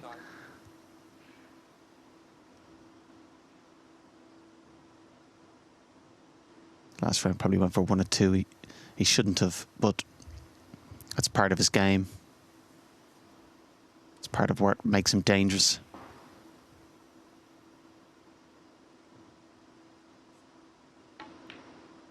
Just hits the white with such authority. So this black and 1 more red, and it should be 3-2. And this frame has only been underway a handful of minutes. So he certainly got very lucky with the fluke when it looked as though the break was ending early once again. But so important that you make the most of your luck when it comes your way. And he's done that. And suddenly, out of nowhere really, he's right back in the match when he was feeling pretty down in the dumps after the third, having had clear chances in the first three to win them all and having lost them all. It was a long road back at that stage, but now he's right back in contention. Yeah, it just shows the importance at this level of the break-off. Again, just left one red, shots nothing, was able to pot it on a buckler, and that was it.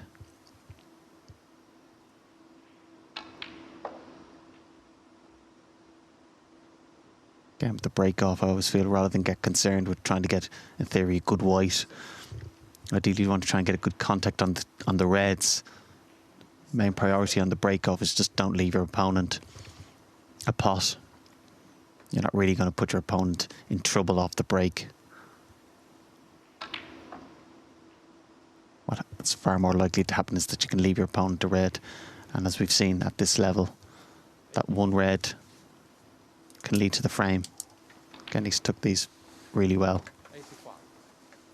This is the fluency we saw from C on his way to the World semi-finals. What a collection of scalps he was able to claim to get to the last four and the one table set up at the Crucible.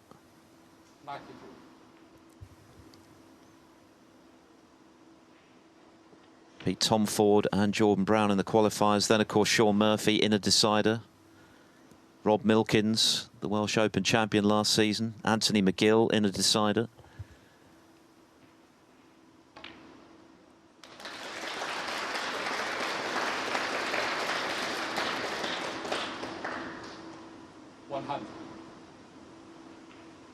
A sixth century of the season.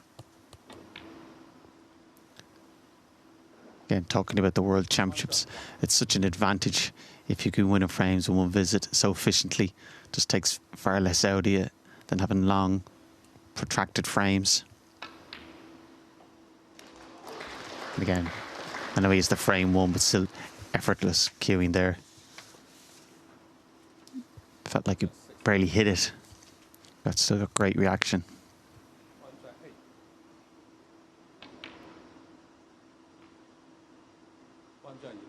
Certainly he's only on the scene a little while, but there's not many better cue actions than that.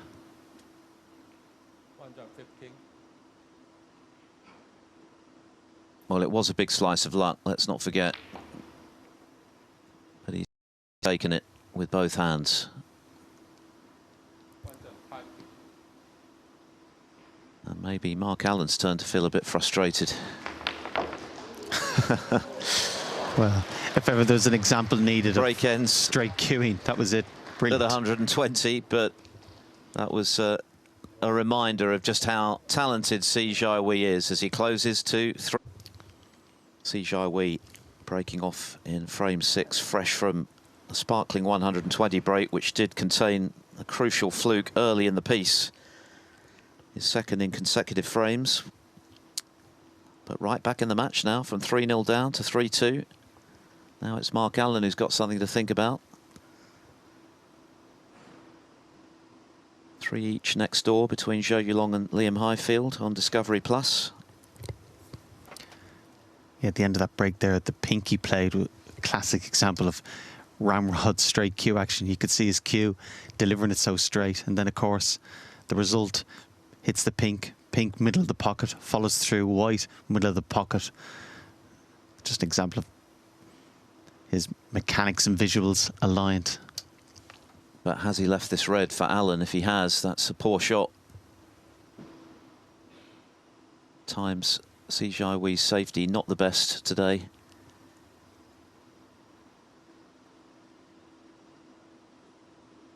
Yeah, those kind of safety shots are bread and butter. As I said before, on that kind of shot, not so much about where you exactly leave the white, just don't leave a pot, and particularly something as easy as this for Mark with the black open. Again, you've just made a century break. Feels like you're just giving your opponent a chance quite cheaply.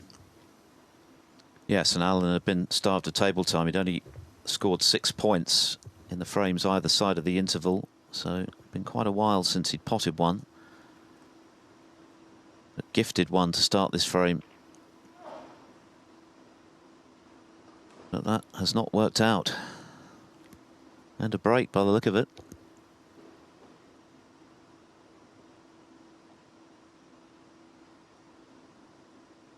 There would have been time, certainly a few years ago, I think with that same shot, Mark would have played it a lot harder, potting the black.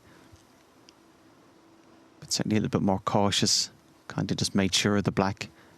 It wasn't easy. You had to give it your full attention, but I think I said in times gone by, he would have played it harder, tried to open the pack up, and from that one shot would have been looking to make a break. Just the last year or so, not really prepared to take any risks. More than happy to win a frame if it takes 6, 7, 8 visits.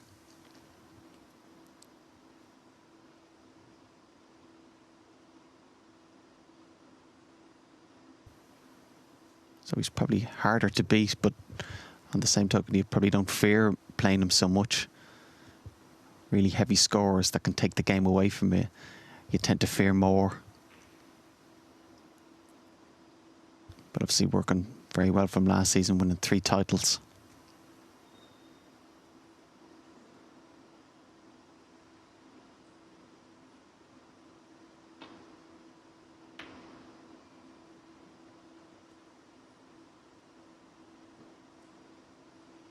Yeah, well judged safety shot there. Got good contact. There's always a danger he could have caught the red on the right hand side.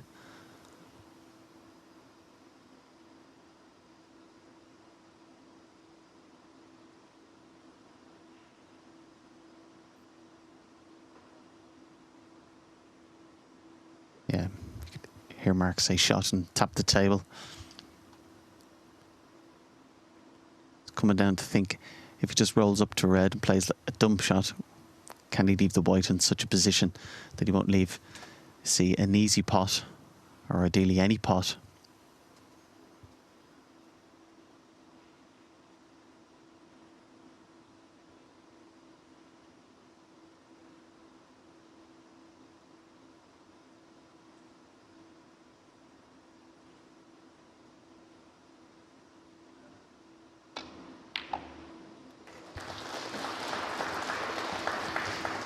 Obviously felt there wasn't a safe area down this end of the table, and that's a fantastic pot. Struck it sweetly. Managed to get the white back up the table as well.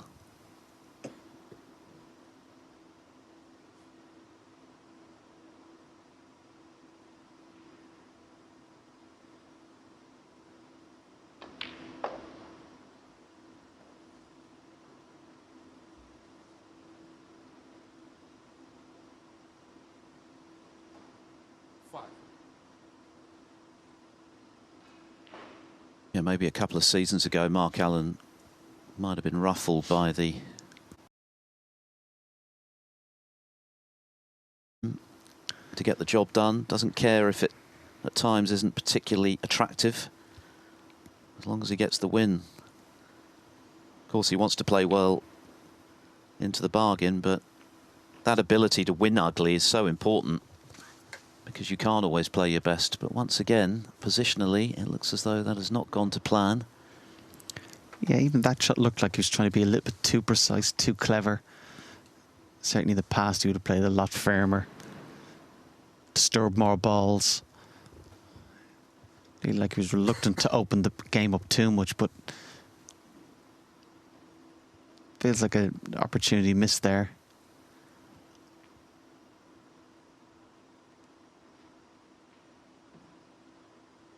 Still has potential to play this red beside the blue.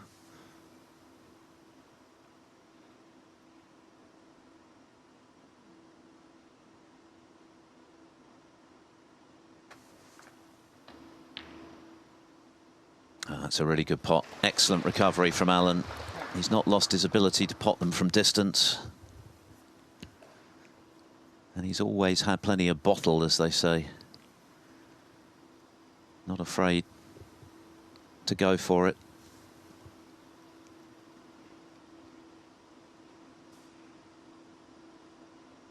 Yeah, and if your safety game is that good and you're such a good long putter, I said you don't necessarily have to be winning frames in one visit because you're going to create a lot of chances. You're going to be in control of the frames.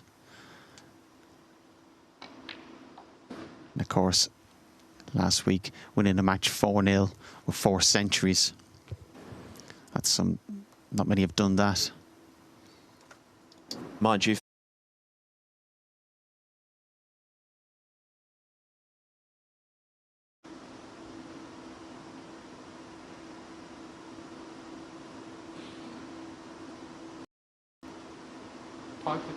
One.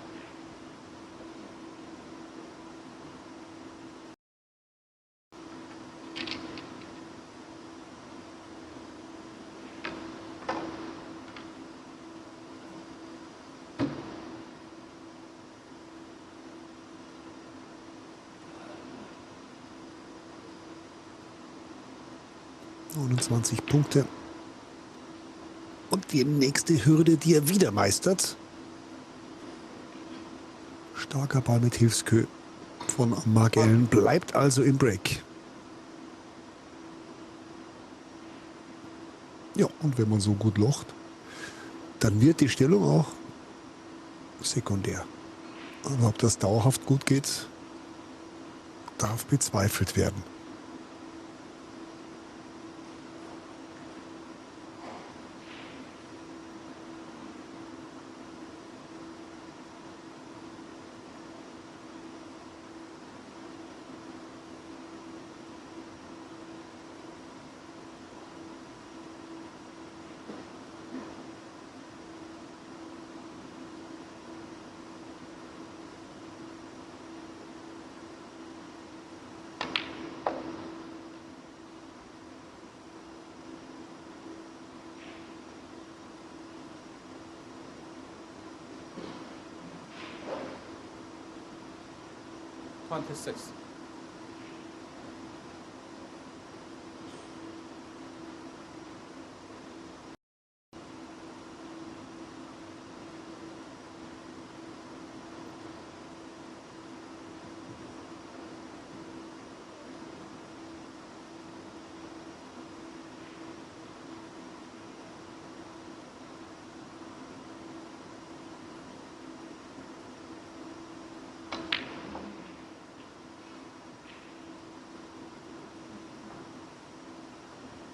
Wieder nimmt er nicht genug Tempo mit in den Spielball. Wieder hat er eine falsche Seite auf Blau.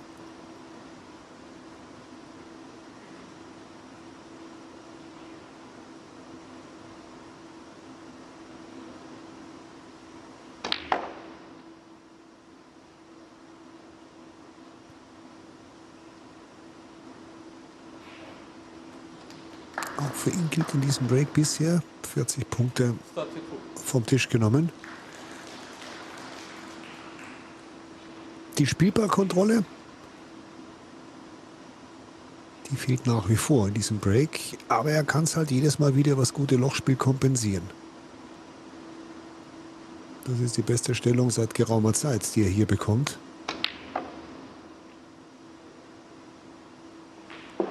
Solange er da die großen Farben nicht frei bekommt, braucht er eigentlich jedes Mal mehr Tempo im Spiel, um den auf die richtige Seite vom Blau zu bekommen, was wieder nicht klappt.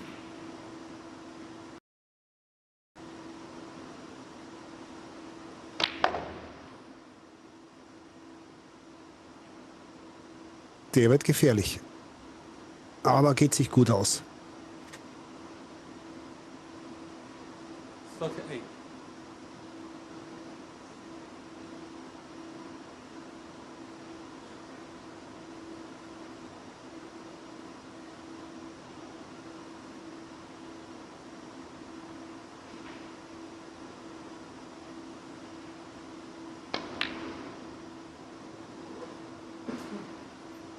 Ein Resultat dieser vielen verpassten Stellungen. Das Positionsspiel von Mark Allen in diesem Break hat einfach nicht gepasst.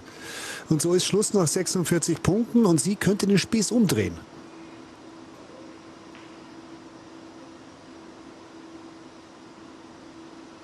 38 Punkte natürlich das Break von Mark Allen, nicht 46. 8 Punkte hat er schon vom Tisch genommen vor diesem Break.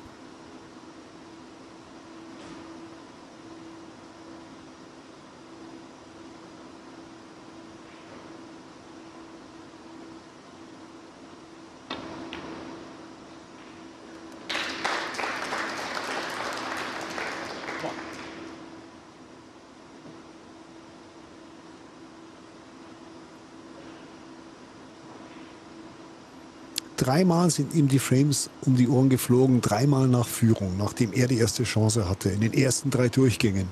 Hier im 6. könnte er, wie gesagt, den Spieß jetzt auch mal umdrehen, zu seinen Gunsten einen Frame drehen.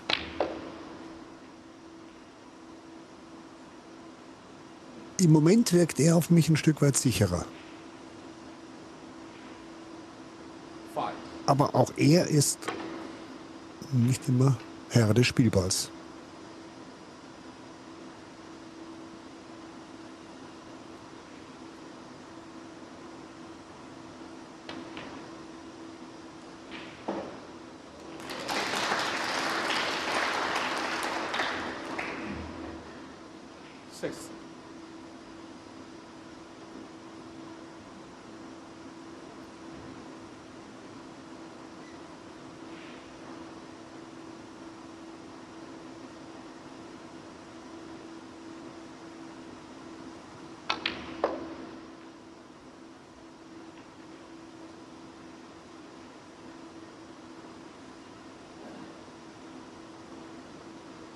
Eight.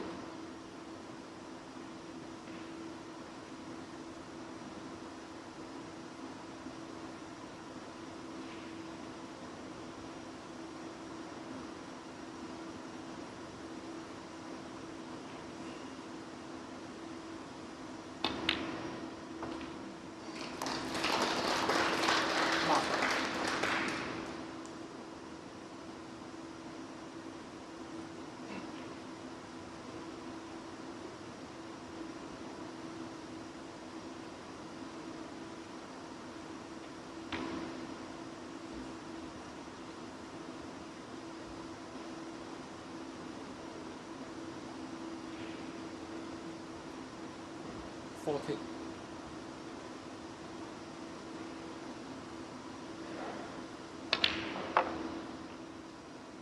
15.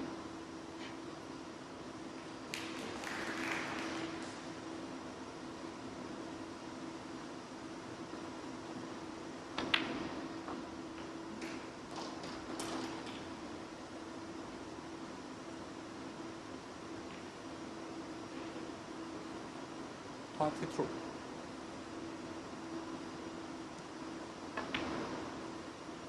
23.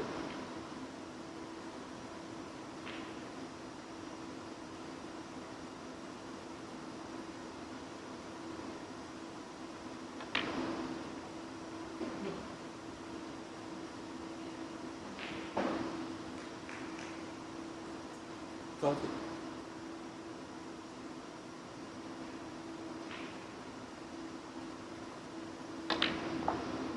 Das war der schwierigste Ball, der noch auf dem Tisch lag für Jiahui. Und er kriegt den Zugball auch noch mit kleinem Winkel auf Schwarz. Also perfekt gelaufen. Und jetzt hat er im Grunde keine wirklichen Probleme mehr, mit denen er sich beschäftigen muss. 38. Also das Break jetzt in der Vollendung eine Selbstverständlichkeit. Und damit muss er hier auf 3. 39.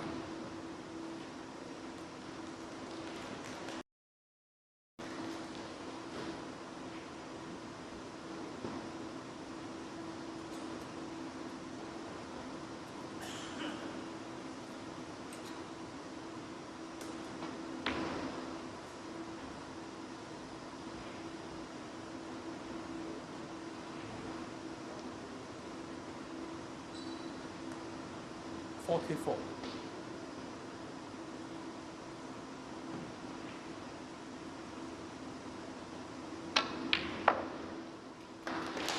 46.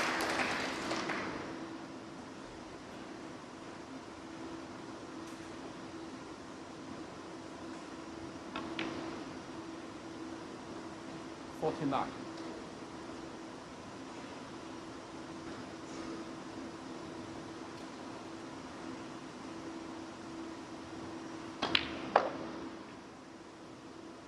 $53.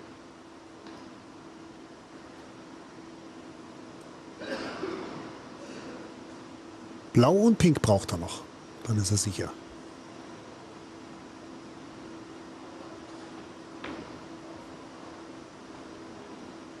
$58.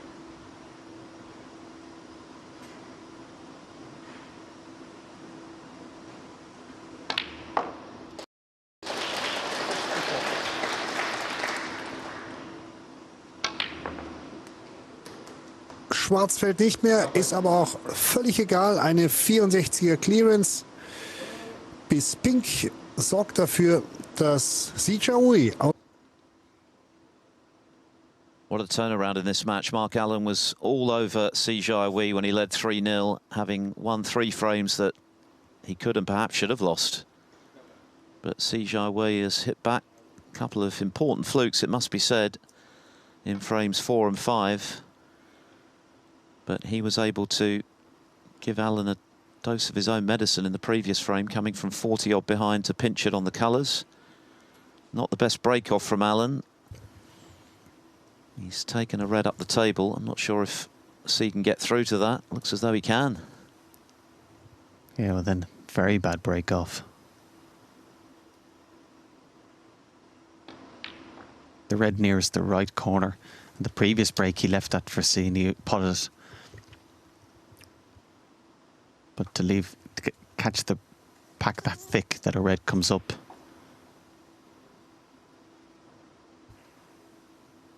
Again, this level's cardinal sin, leaving your opponent a red from the break.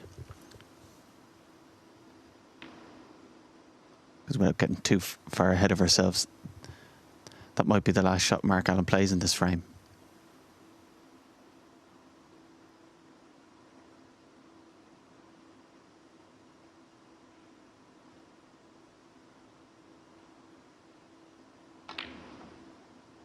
Might have been afraid of leaving the red closest to the right corner pocket on his break off. That's why he probably slightly changed it, but he obviously caught it too thick to bring that red up. I said before, the break off isn't about where the white goes as much as the contact you get on the reds. Try and control the reds and not leave a shot on. Meanwhile, Steve Maguire is the latest player through to the round of 16. He's completed a 5-1 victory over Jing Sihao right at the top of the draw. So he'll play either, or he will play, I should say, Wu Yiza, who beat Ryan Day earlier 5-2.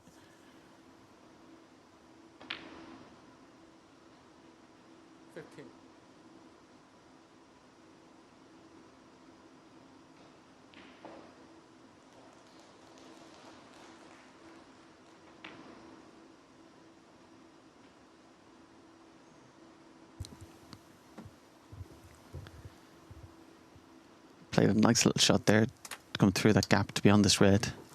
Ideally like to be parallel on the black.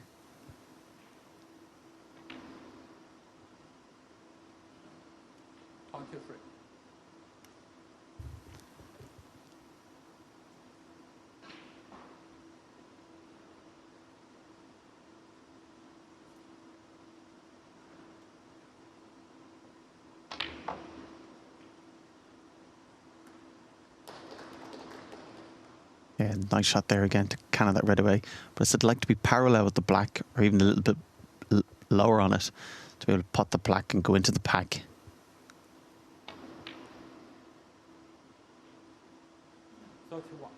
Again, come up a little bit too high.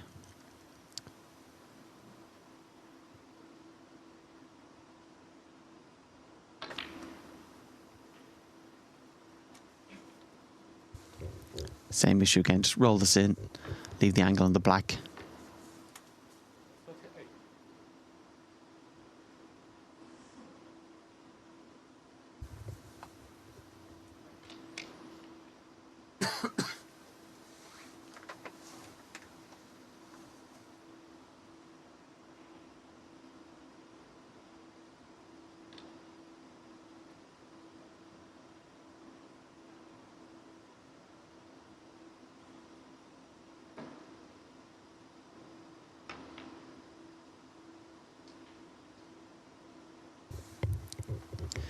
Yeah, you could see he was sitting low on the white ball, like he was trying to hold it, like he was trying to leave himself high on the black and maybe power into the pack, but a lot more difficult than, I said, if he was parallel with a natural angle when you're putting the black, you'd be going towards the red to disturb them. And as a result, he's landed, if not straight, just off straight. Even he'll struggle to put a red after this.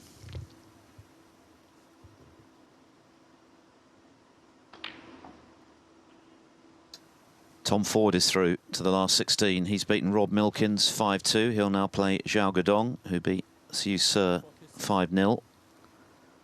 So the last 16 draw very much taking shape now.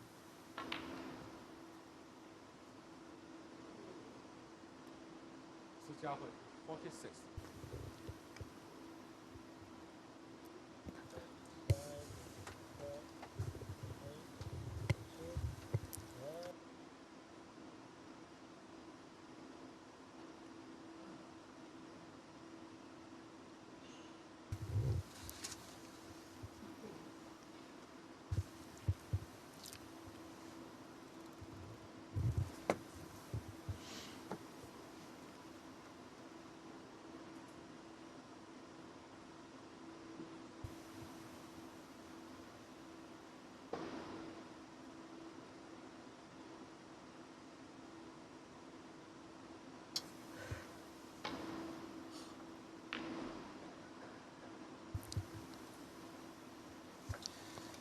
Time and time again in this match, we've seen a player take a 40-odd point lead and end up on the wrong side of it. It was Mark Allen's turn in the previous frame. Jiahui in the first 3 frames.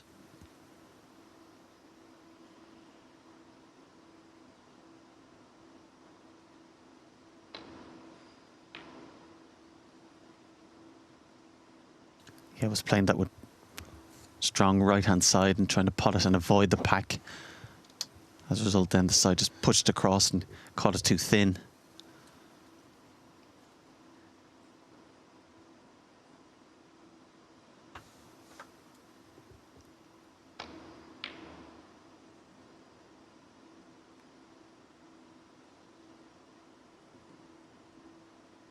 Slightly hampered cue for Mark playing it there. Plus, hasn't had that much table time since the interval, so they're always a little bit more difficult.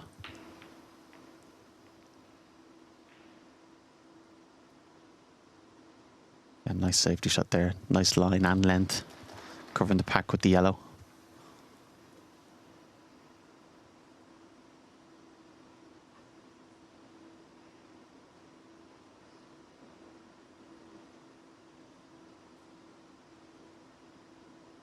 Interested to see in this frame, with having this big lead, will he be a little bit more patient? Use the scoreboard to his advantage. Don't take any unnecessary risks.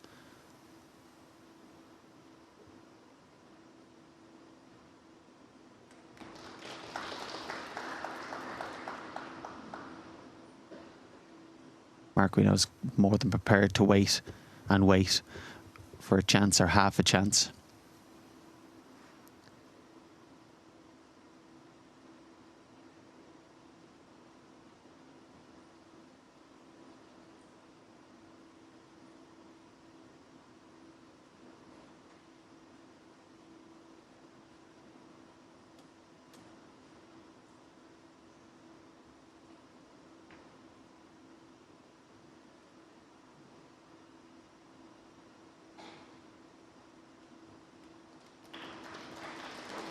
Wasn't able to really play a telling safety shot there and put Snooker Mark, but again, just glanced off the pack and got great length. Makes this safety shot more difficult for Mark, being tight on that cushion.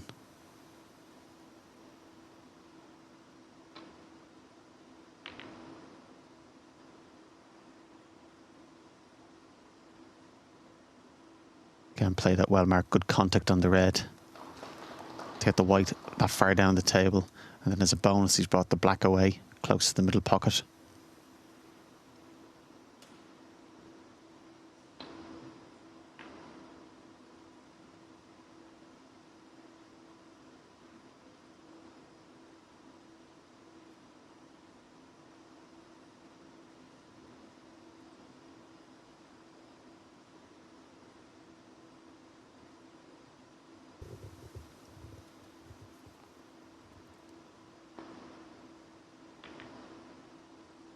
I've seen this numerous times today. Again, just like playing a little mini game.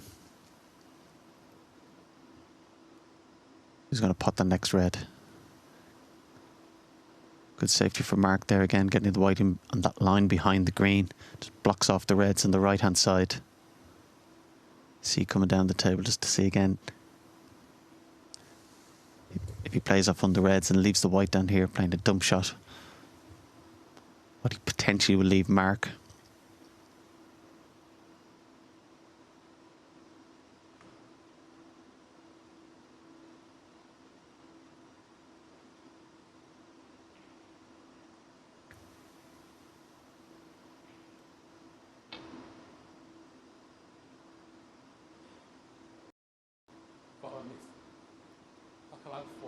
Yeah, I felt if he played the dump shot and left the white down around the black end, he would leave a red on.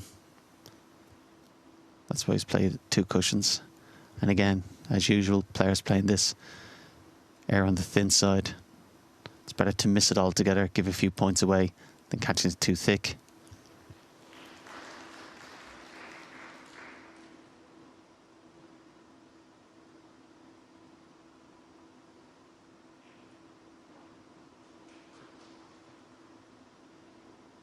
Playing this shot feels like the first time you play it is literally just a little bit of practice to find out exactly what you need to do in the second or third attempt. It's rare players get this shot perfect first go. Just fearful of catching it too thick.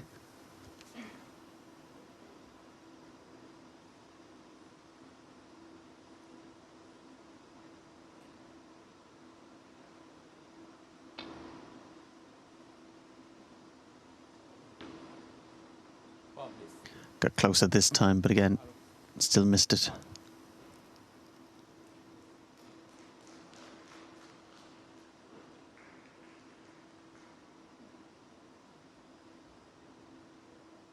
Yeah, Mark had a little look to see what shot he was left, but wasn't tempted by it.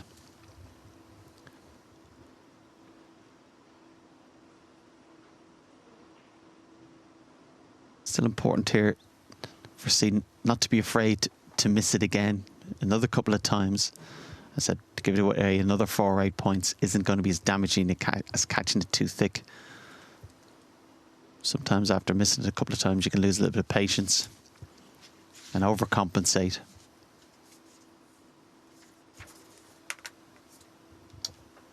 Sheng Cheng-yu is the marker, helping out Ji Yixin in terms of exactly where the cue ball was before C plays again.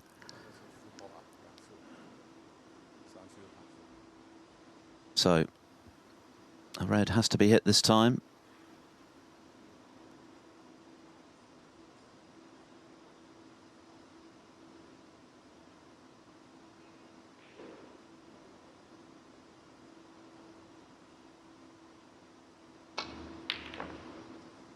Got very close to potting it.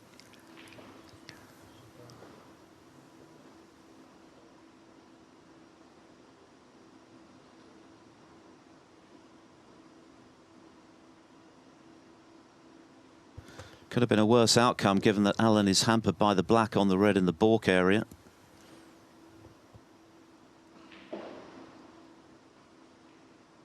Yeah, in that circumstance, you kind of understand why he went for it, tried to back himself to pot it.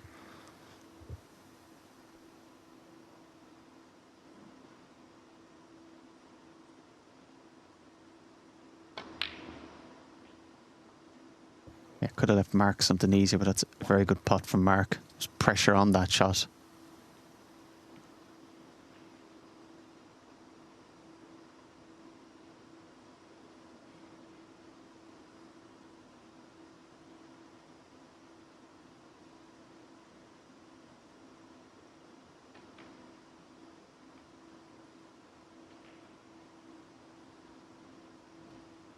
Yeah, anxious look for Mark there just to make sure that he can get past that red closest to him to pot the other red. Can play this and back up the table for either blue or maybe even the black.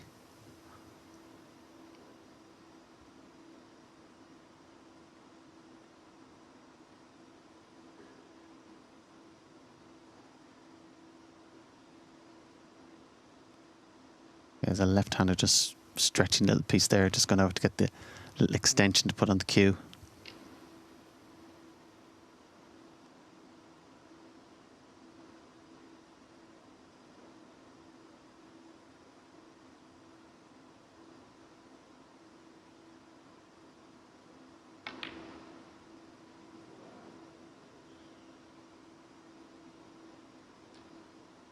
It just was a little bit awkward. You still fully expect him to pot it. But the previous shot he played from the blue, the cannon on the pink, normally he's very good at that shot. Just didn't go perfectly.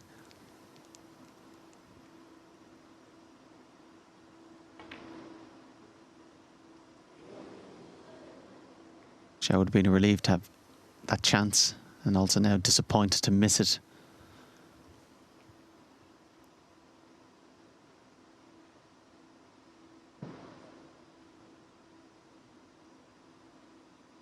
Those couple of chances that weren't taken by the players just add to the importance of the frame. Again, it's been a very high standard. We are getting towards the end.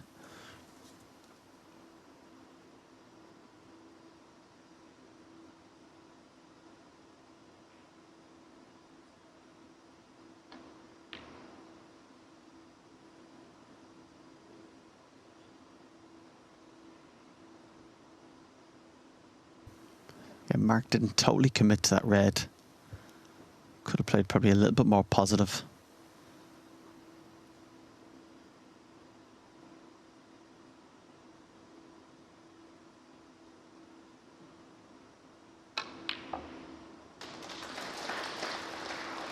Yeah, we could see right down the barrel of his cue and how straight it was.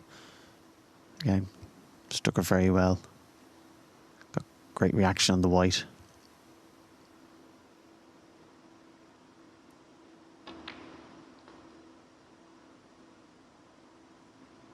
Certainly at the moment looks to be playing a little bit better, a little bit more at ease, not just with himself, but also with his game. Mark has obviously battled very well today, but Mark hasn't really scored.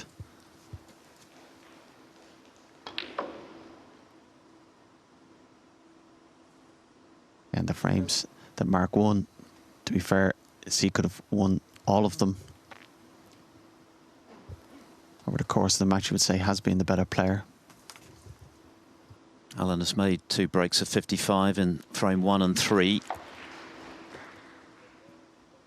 C has made 50, 120 and 64 in the previous frame to steal.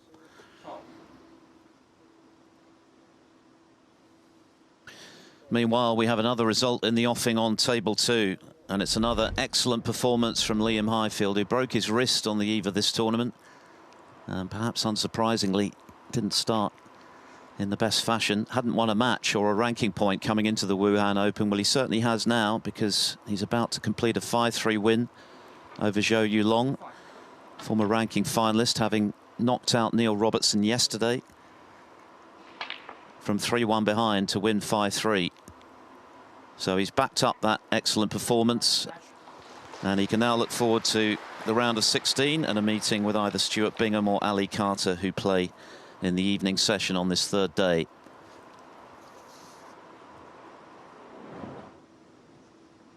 By close of play, the round of 16 lineup will be complete. Our feature match later is Ronnie O'Sullivan against Pang Junju. The winner of that to play the match ongoing between Ashley Carty and Wan Sijun.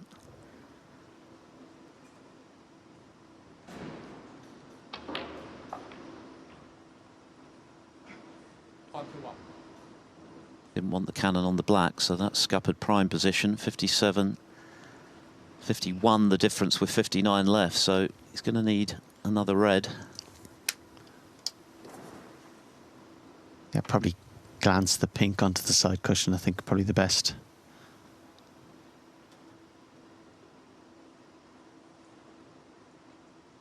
Just try and get that as close as you can to the cushion.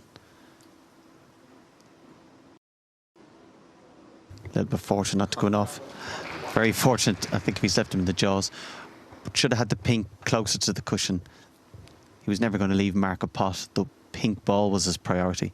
Even if he ended up leaving the white on the balk line, it didn't matter. He should have got that pink tighter to the cushion. You wouldn't really describe that pink as safe.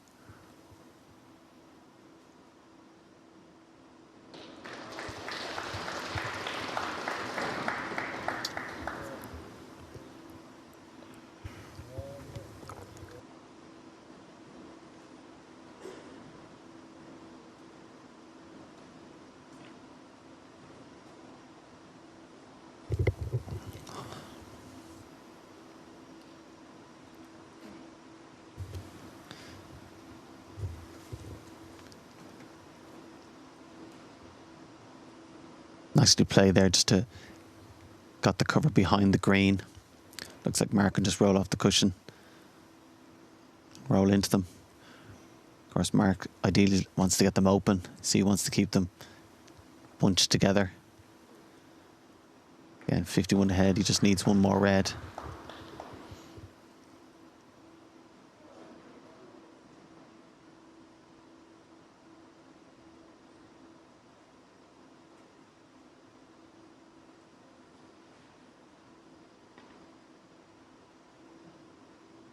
As is common with most of the young players now, no problem switching hands.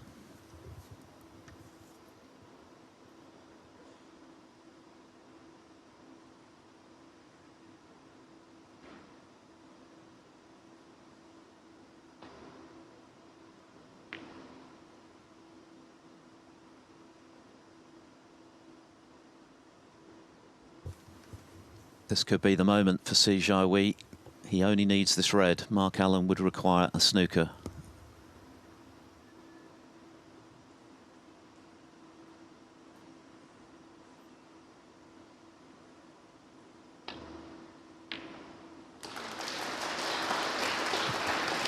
A remarkable about-face in this match. Jiahui was 3-0 behind and also carrying the disappointment of what might have been in those 3 frames, all of which he might have won.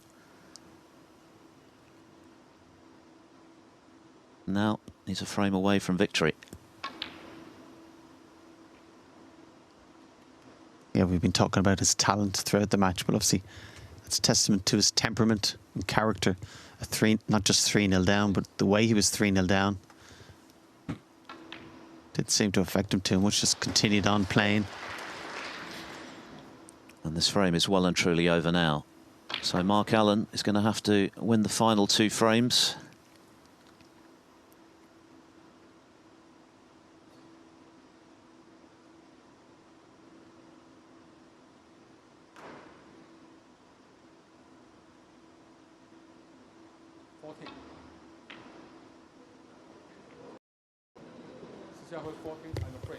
Mark Allen remains in his chair. Jiahui has won 4 frames in a row here in Wuhan and puts himself on the cusp of the round of 16 and a meeting with either Jack Lazowski or Sam Craigie. He leads. A dramatic turnaround in this match. Mark Allen seemed well on his way to victory at 3-0 up, having won 3 frames from behind. Jiahui did benefit from a couple of important flukes in the frames either side of the interval, but he now looks the stronger.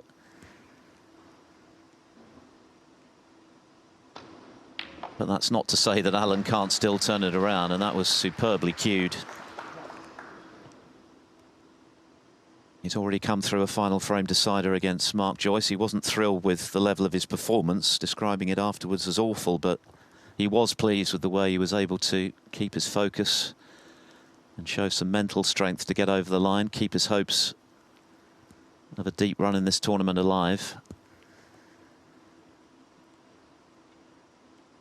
And he's going to have to do it the hard way again today.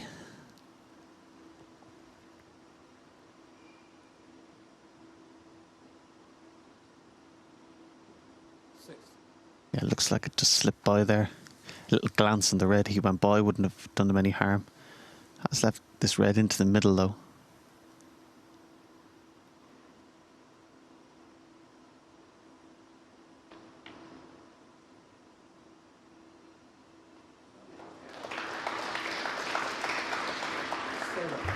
Again, good pot. Would have liked a little bit more pace on it.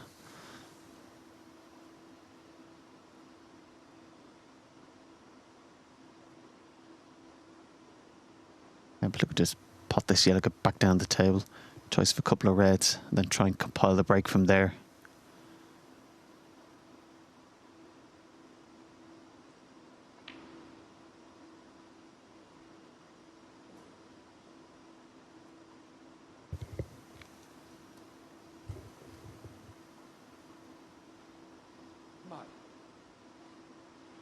I just played the yellow with a trace of right hand side, so when it came off the cushion, it just came down a little bit further.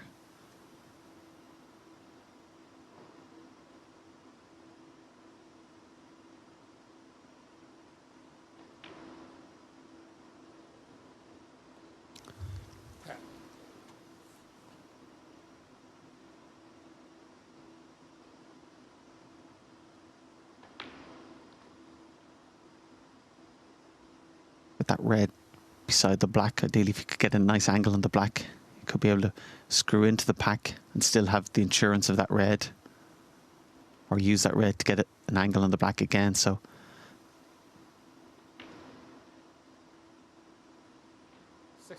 normally this kind of situation, he's excellent. Great cue ball control to put it in the exact precise position to open them up.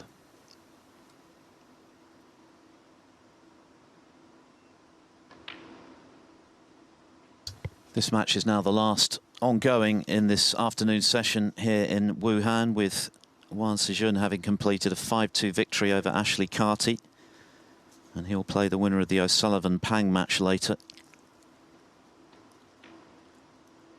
That's our commentary match from 12:30 UK time. Judd Trump also in action on Discovery Plus against Matt Selt.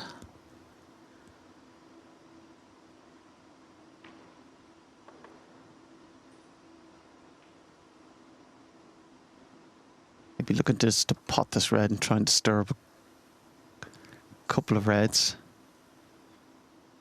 Still remain on the black.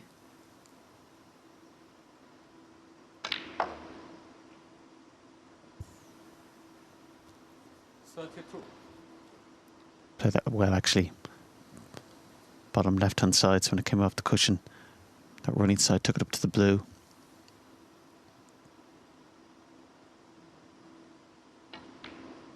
Better choice of shot really then, playing for the black. Had a greater margin for error.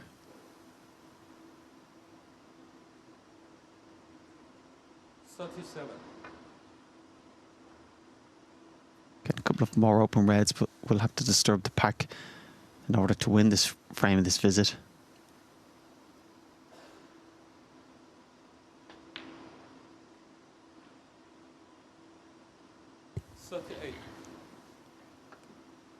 And a little bit straighter. I don't think he will be able to get into the pack. Of course, the red to the right of the pack is available into the middle if you wanted to stun it close to it.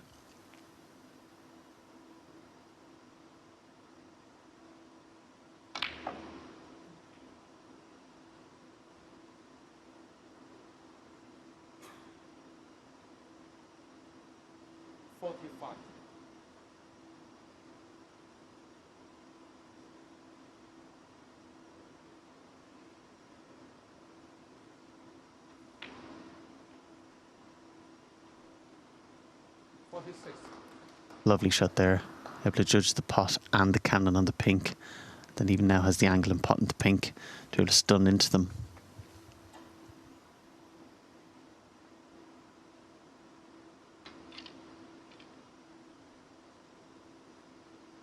Again, using the extension, the rest are going to be harder to generate the power to disturb the pack. That's just having a look to see there when he pots the pink. Not sure he's the best angle. Looks like when potting the pink, he's just going to be hitting the red at the bottom of the pack. Mightn't be able to disturb them too much. Might end up playing to try and disturb one or two rather than the whole pack, ideally.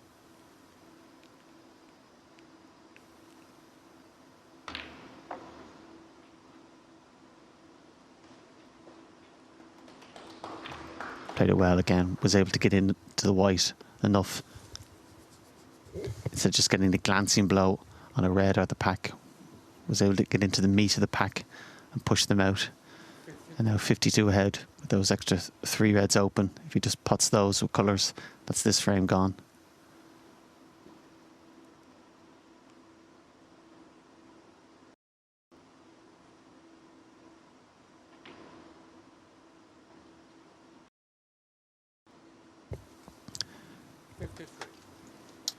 Alan's third half century of the match. If this black goes in, it'll be his highest break so far.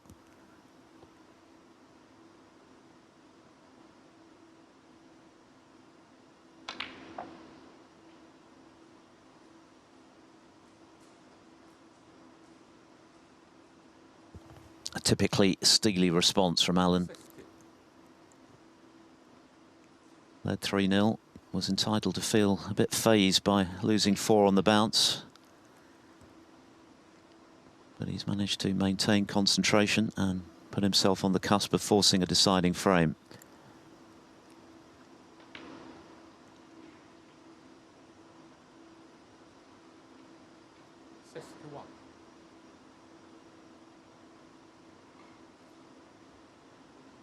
Yeah, by Mark's high standards, cue ball control has slipped a little piece. But again, there's been no doubt in his character. As you said earlier, his bottle.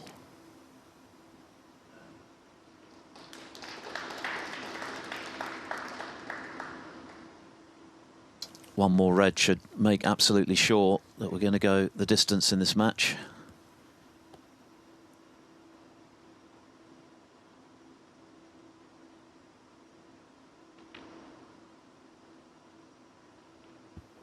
Jiahui now needs 3 snookers. Green ball. Green ball. Green ball nominated.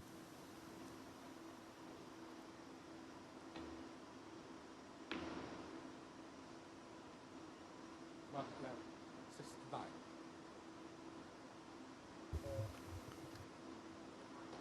Mark afraid. And Jiahui has conceded the frame. So we are going to a 9th and decisive frame here on table 1 in a bid to see who will move into the last 16 here at the Wuhan Open. And a meeting with either Jack Lazowski or Sam Craigie, all to play for. Mark Allen to break off in frame 9, the decisive frame, to see who will progress to the round of 16 here at the Wuhan Open. Allen led 3-0, trailed 4-3, but has just made by a distance his best break of the match to take it the distance. Again, Mark has left a red from the break, obviously with a black tied up. Have to play this run through for blue or ball colour.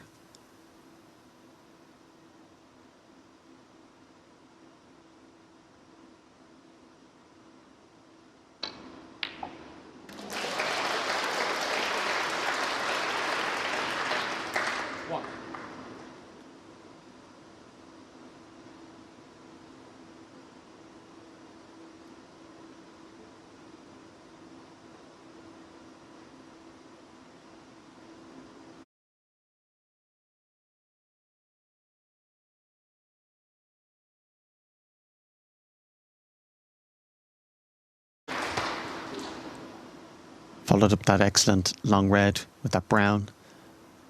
That's the second time he's had that shot today. Potted them both very well. Obviously the black tied up has work to do. The pink red is away from the pack. Might be a possibility at some point in trying to pot the pink, and you might have a natural angle to disturb the pack. And also the red to the left of the black. It's possible if you got on that, you'd be able to, in potting it, you could disturb the black, but at the moment he's just trying to pick the balls off and just literally keep potting balls. But again, that's the last 3 break-offs Mark has had. He's left a red from it. One of the frames that was his only shot.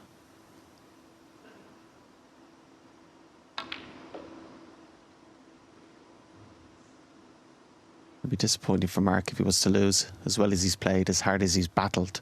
But ultimately he would have lost the match just because of his break-off.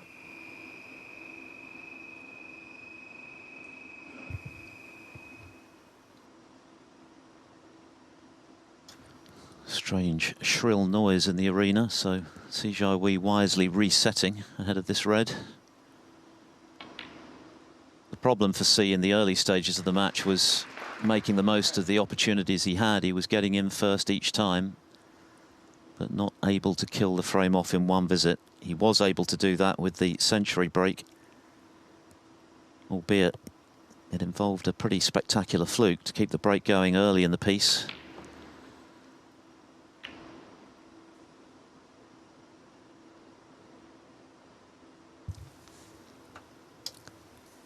Hit that very well. A little bit unlucky if he's not on those. Just having a look, come around to have a look to see, has he the putting angle on that red? Don't think so.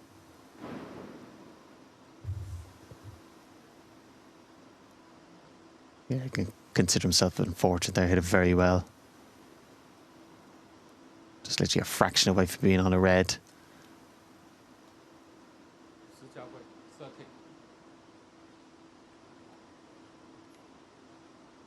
Didn't quite get the cover for the left-hand side. He's left marked a thin edge.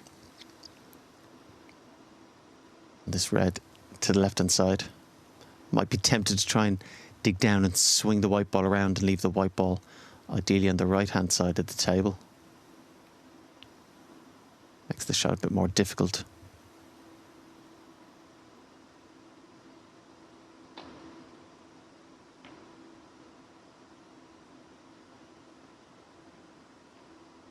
Played a thinner contact, still trying to get over that side of the table.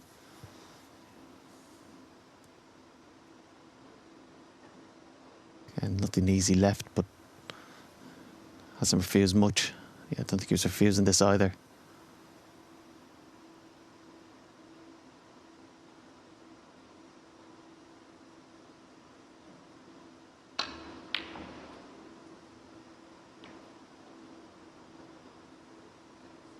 Difficult shot, not just obviously the pot, but also playing at the pace he was playing to try and screw back for the blue.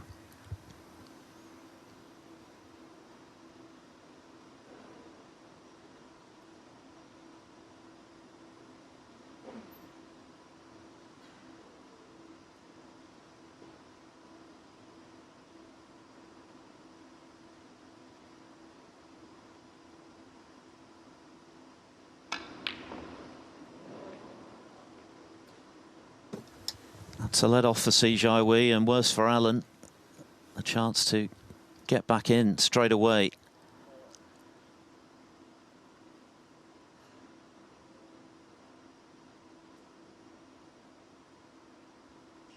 Black currently out of commission.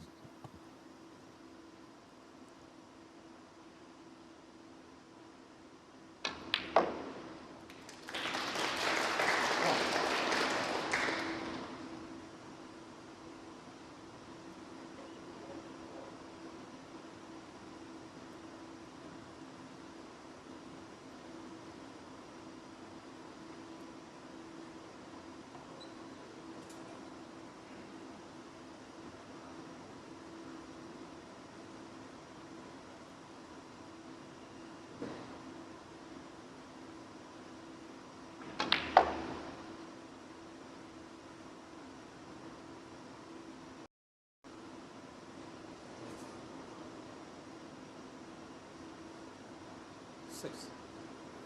I think he was playing for the red that was closest to the black. Just hit it too hard. It's hard to judge that pace travelling such a long distance.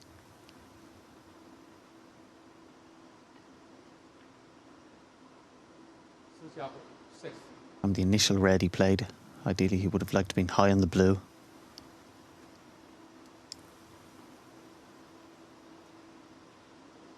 The brown and green being close together. Nice target to ideally try and get the white behind. But again, my priority is not to leave a red on.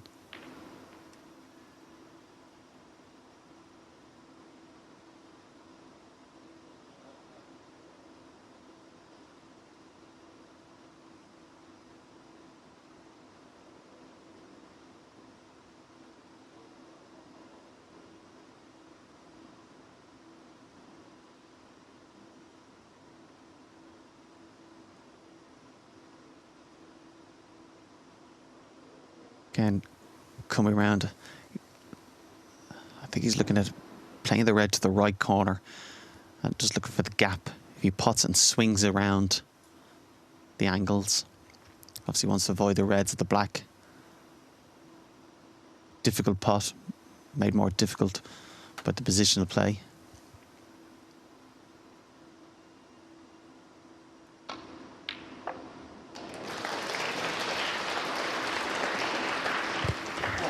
Wasn't able to avoid hitting the other red, but again, still a great pot.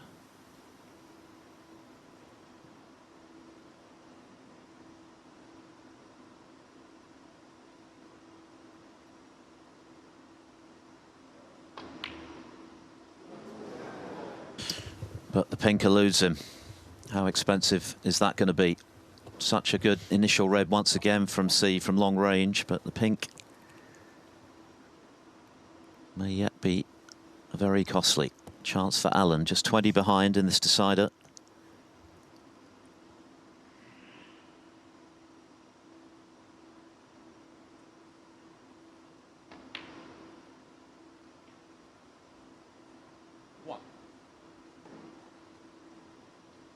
Just on to hit that slightly. See, straight on the blue here. If you had any sort of an angle, you could have rolled it through for the next red. Just coming across to have a look, see where's the best place to leave the white.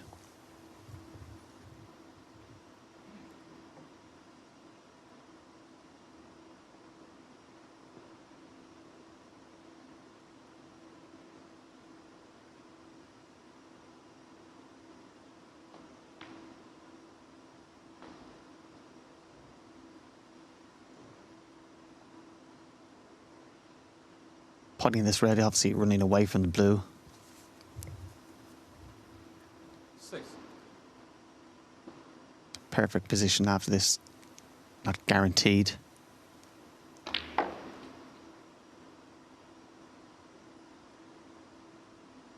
7.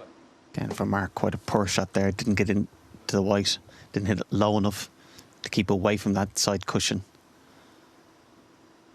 Pot on the blue is a little bit more difficult, but also going to be hard to get position on the next red. The white ball being so close to the cushion limits the possibilities of what you can do with the white. Might have to just settle for trying to pot the blue, try and play a cannon. You can see the frustration there. He knows this blue should be a lot easier, and certainly the positional side should be a lot easier.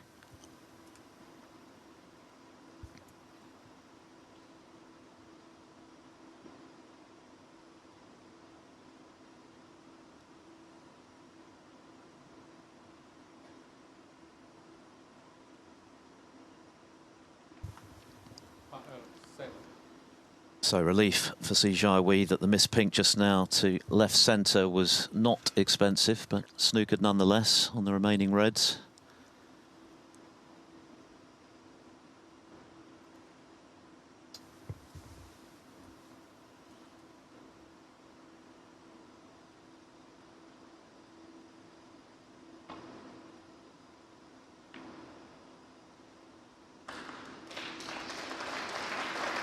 Couldn't have caught that any better. Yeah, played that very well. We've seen he's played a couple of those earlier on the match and caught them, or missed them all together a couple of times, but played that perfect.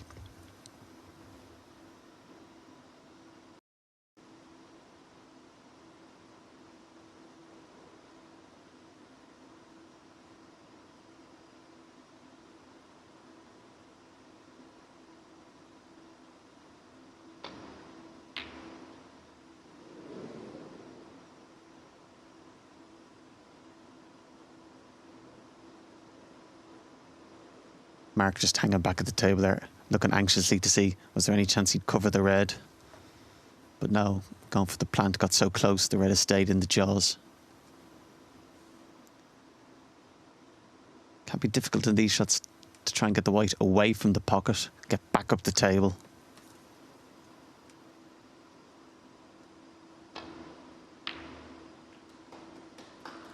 That's all he could really do, just hit the white in the middle of the ball. The harder he hit it with more topspin, if anything that would check and the white would have stayed down the black end.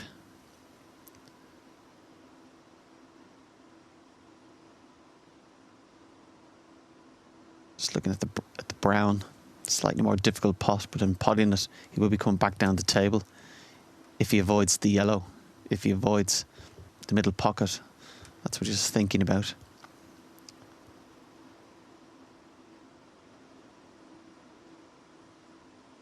Yeah, the blue is difficult. You can see him having to practice nearly queuing at the blue, digging down.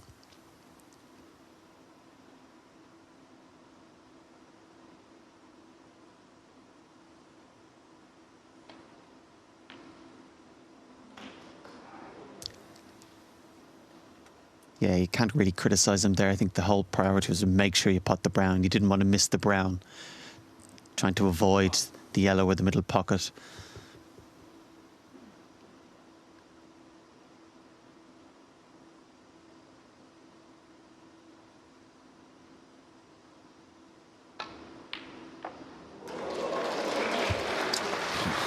Terrific pot. No position to go with it, though.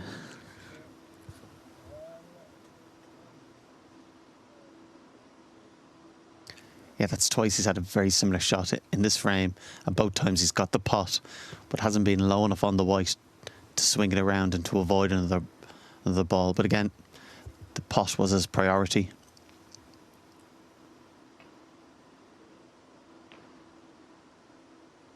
Jiahui, 6.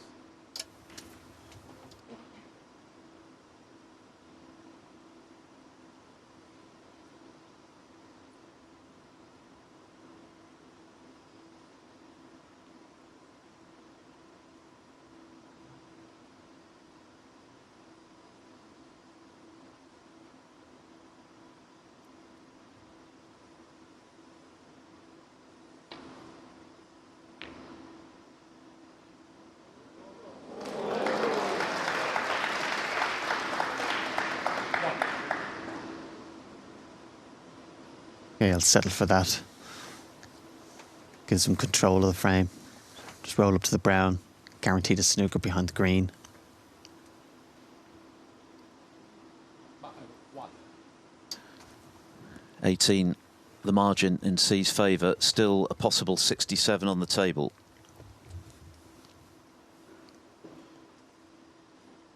I think he's looking to play the two cushions again. Need a lot of side to try and make the angle. Again, he caught that well. This kind of scenario, even though he's 18 points behind, he would make Mark still the favourite. His experience and his tactical game is better. But as we've seen, Jiahui can easily pot a long pot or a difficult pot and get out of trouble.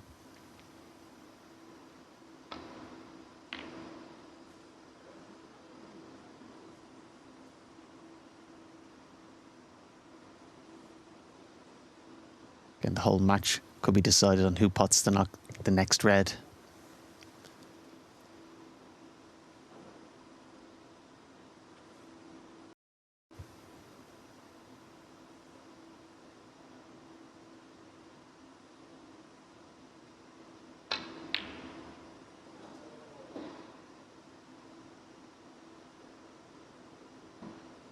You could totally understand if he didn't go for that, but that kind of shot he just doesn't refuse.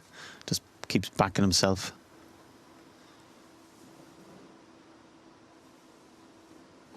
Red closest to the left corner.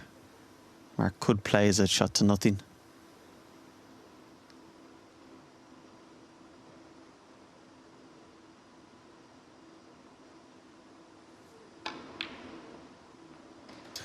Very sweetly cued and perfectly on the blue. So Mark Allen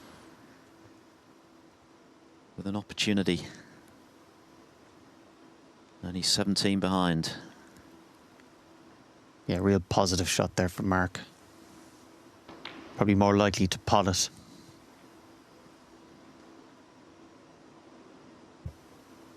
But again, very uncharacteristic from Mark there to lose the white so badly. He had a big margin for error, either to play the cannon or avoid the reds, to guarantee to leave himself on a red.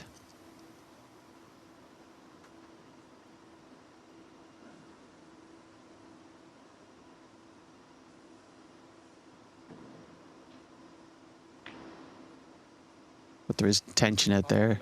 Both players have put a lot of time and effort into this match.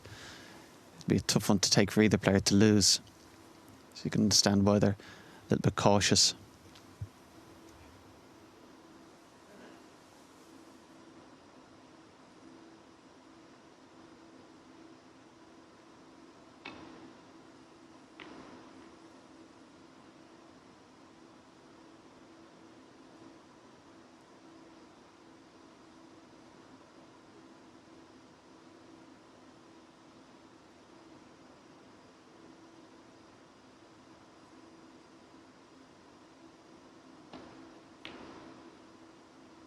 A typically tense, tight final frame. Mark Allen has recent experience of that when he beat Mark Joyce in the previous round.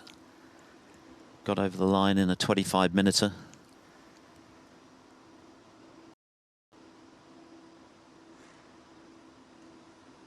Try and swing it around, I think, here towards the brown and green.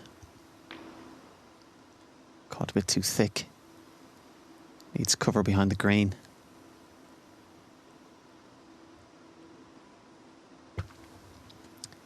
This red on camera always looks a lot easier than it actually is. Quite an acute angle into the middle pocket. So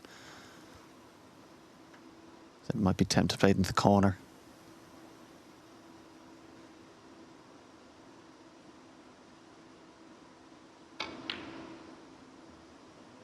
Yeah, played it as a shot to nothing. I said if he'd have played it into the middle, the pace he'd had to play to give it every chance. If you did miss it, you're going to stick it up. But as it's turned out, sod's law, he has left this red. Natural angle and potting this to avoid the other reds, come back up the table.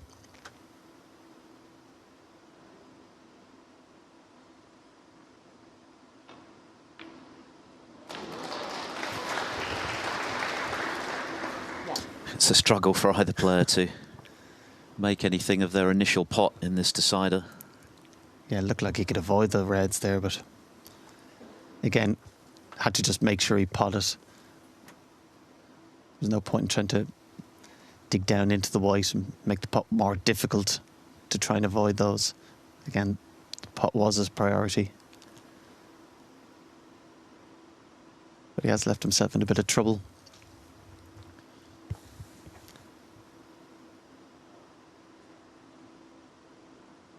There's always the option he could roll up slowly to the black to keep it tight, but is he eyeing something up?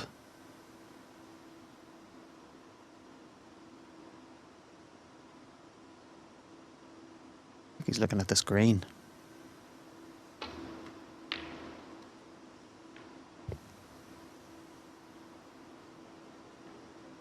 There's limits even for him. That would have been a hell of a pot, and very fortunate again to get away with it. Yeah, that little cannon pushing the red to the cushion certainly helped out C. He didn't hold back with the pot, though. It was a gutsy effort.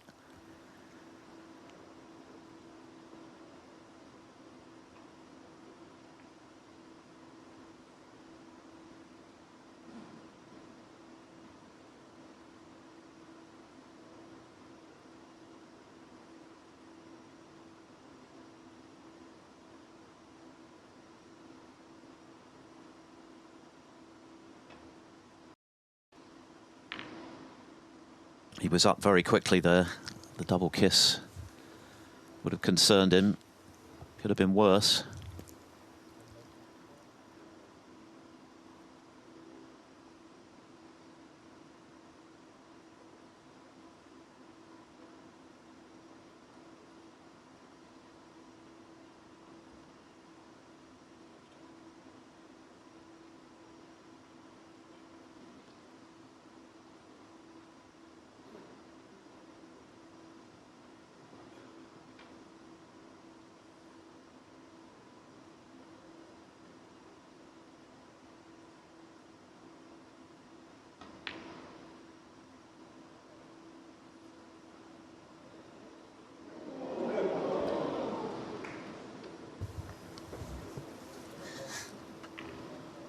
The red hanging right over the pocket, but it's covered.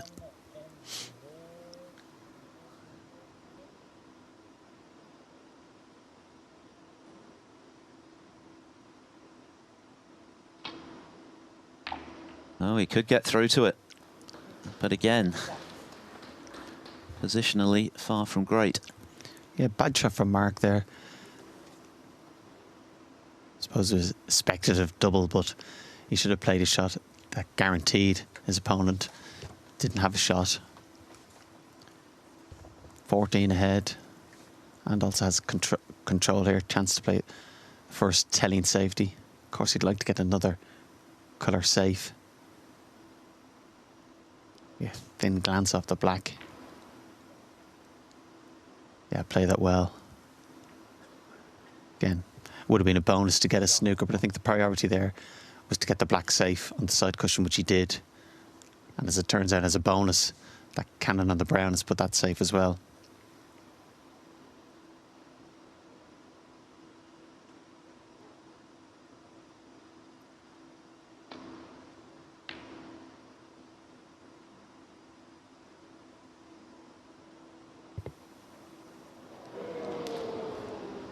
Yeah, caught it too thick, Mark.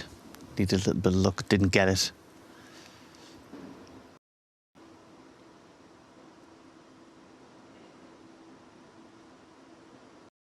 Red is, though. Take a little bit of work to get on it. And then even potting it, trying to get another colour. Okay, the green is close to it.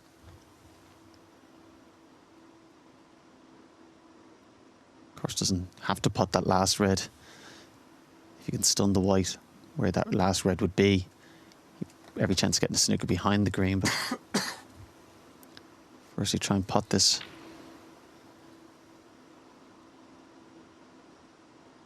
One. Yeah, I presumed he was going to play for the blue, but he badly overhit that.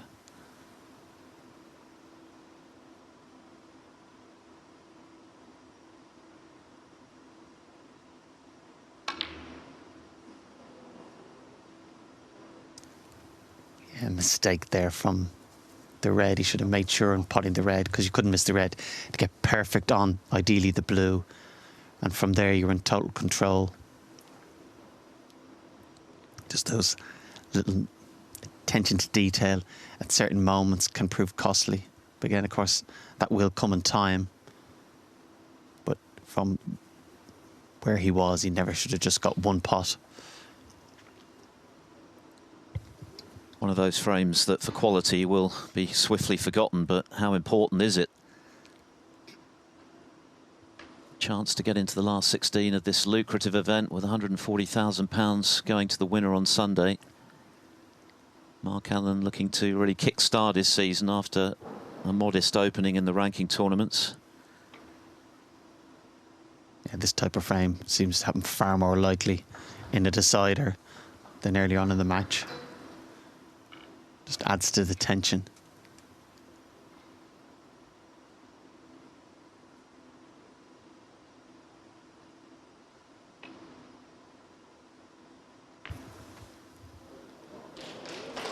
He's played it very well, though. Managing to control the cue ball sufficiently to get it in behind the green. And difficult to hit.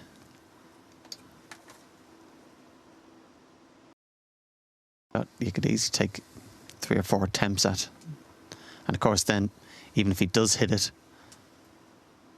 every chance he could leave it up. By far, C's best safety shot of the day.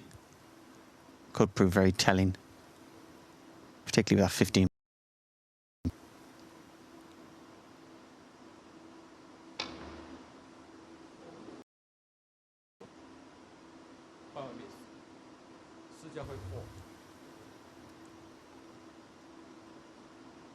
Inevitably, it's going to be replaced.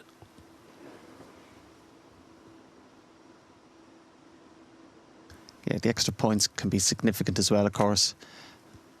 Before he started these attempts to hit the red, he didn't need the black. Still in theory, with the pink, Mark wouldn't necessarily need the black, but his first main concern now, hit this and somehow hit it and somehow get it safe.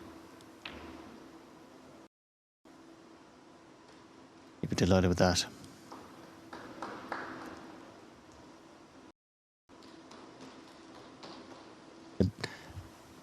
said 19 behind Mark, so if he could pot the red and somehow get on the pink, he would need that black.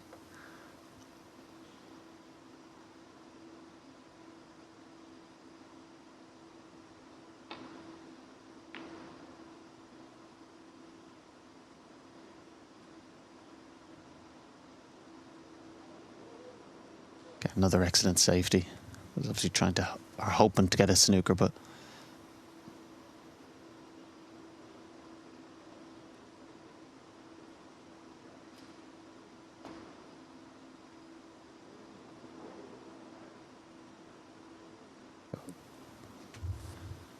got that thinner than he wanted. Got that actually so thin. Looks like he just still left it safe, but could have easily left that on.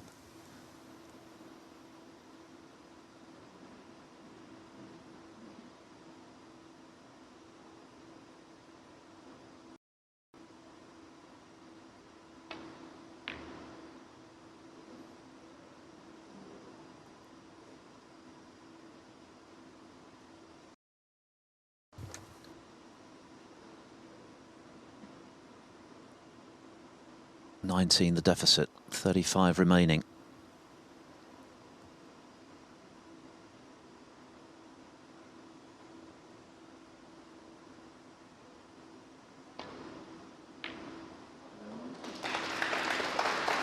Excellent pot from Allen.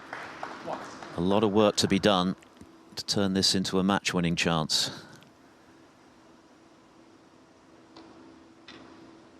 So many tight frames in this match. Jiahui was in front in the first 3 frames. Allen had the last word on each occasion. And then the tables were turned with C beginning to find his form. Bit of luck along the way, a couple of flukes in frames 4 and 5.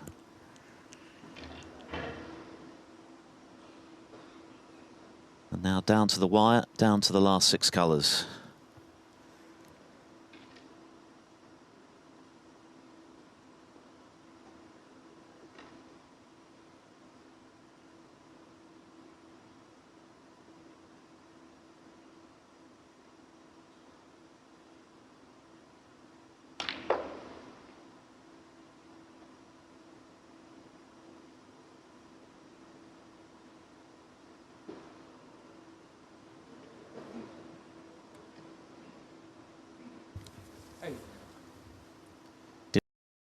Try and generate the power to get back down the table for the green. As things stand, C is going to need the blue in order to win the match. Allen, if he potted green and brown, could still tie it.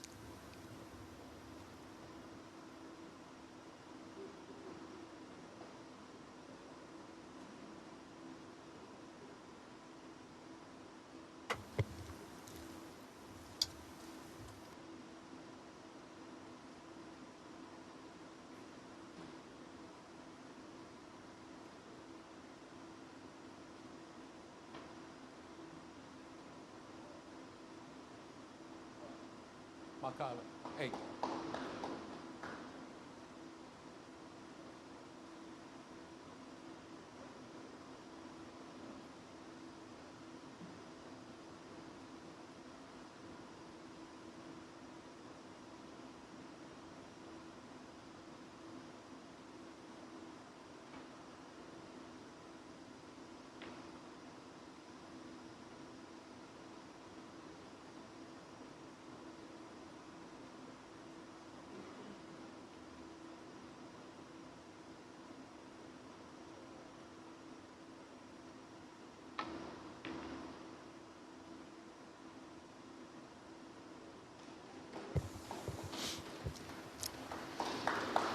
Yeah, nice shot from Mark there.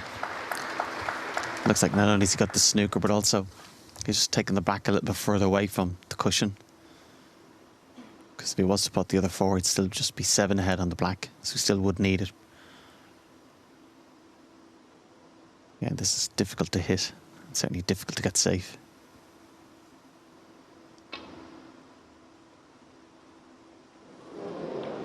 Around the back and catching the black in the process. So a bit of work here for balls back in the right place.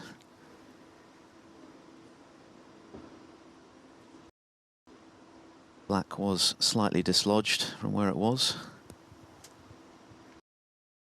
Will assist Ji Yixin in getting the black where it was.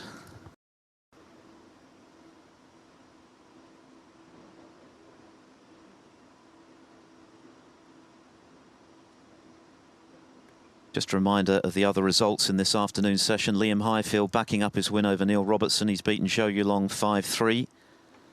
And he'll now play either Stuart Bingham or Ali Carter. Wan Sijun beat Ashley Carty 5-2. Barry Hawkins continued his good early season form, having won the European Masters.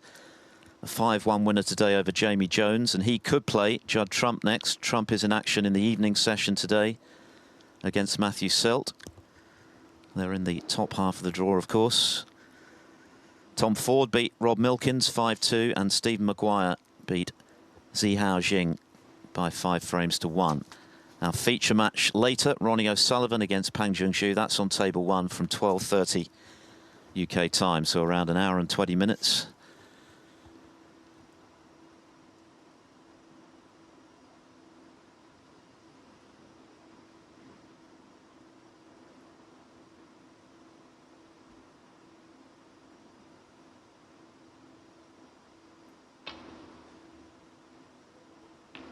Good hit. Where's it going to end up? Where's it going to end up?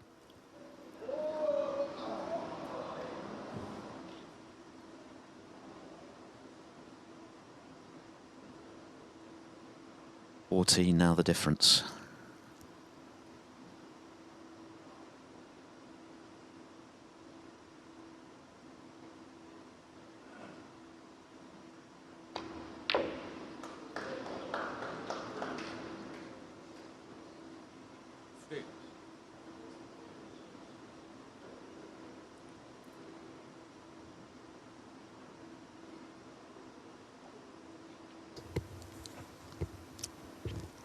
Both players needing brown, blue and pink. Well, the pink is away from the middle pocket. You'd still want to be fairly close to it.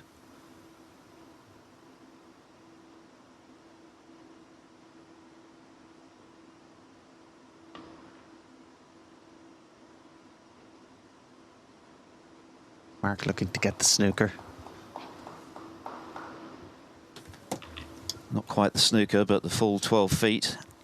This match, this frame is on a knife edge now.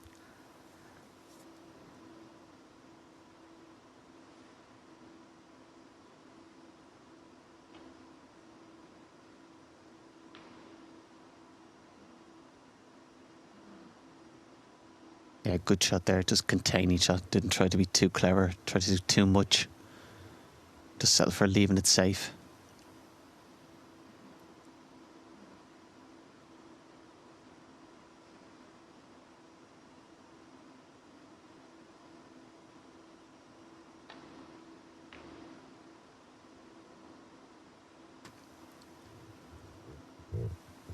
Ideally, of course, you'd like to have both balls safe.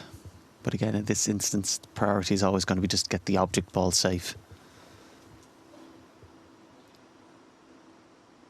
Sometimes you can get caught with trying to get both balls safe. You can end up leaving the object ball on. And again, same here for C. Doesn't really matter where the white is. Just get the brown close to a cushion. Just bide your time. Don't try to be too clever. Push the boat out.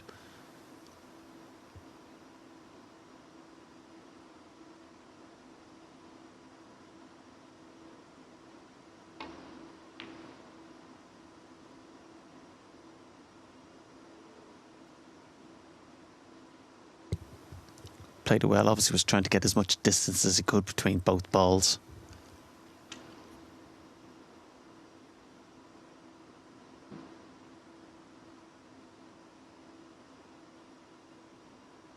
Potential pot here for Mark, but I don't think he's going to be tempted.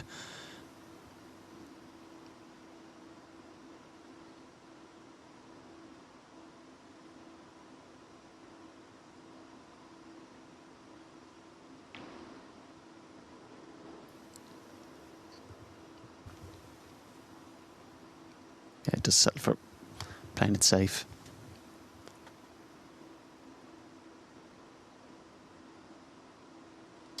First target is to make sure when your opponent comes to the table, he can't pot it.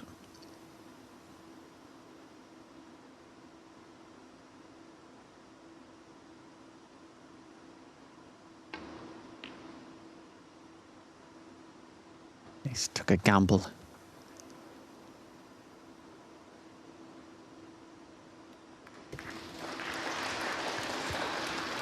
Was a gamble. If it does work out, can be very beneficial, but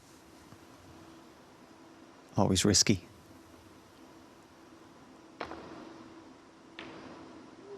Very well played from Mark there. To judge the swerve, to judge the contact on the brown. Wasn't so much even hitting the brown, it was getting a thick enough contact on the brown. And you can see there, see, just tapping his leg there, just an acknowledgement.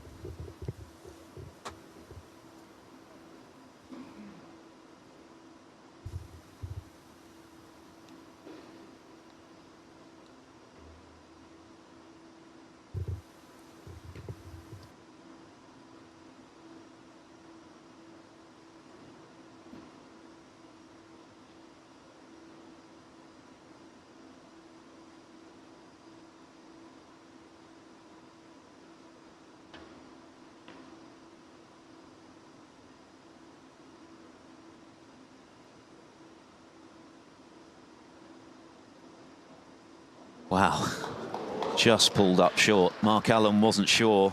It was certainly flirting with the corner pocket.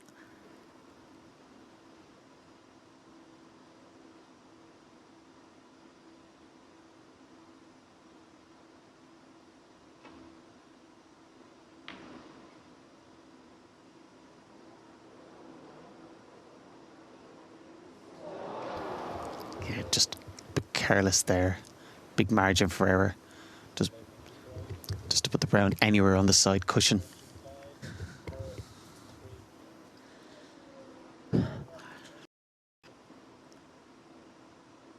Allen needs 3 balls.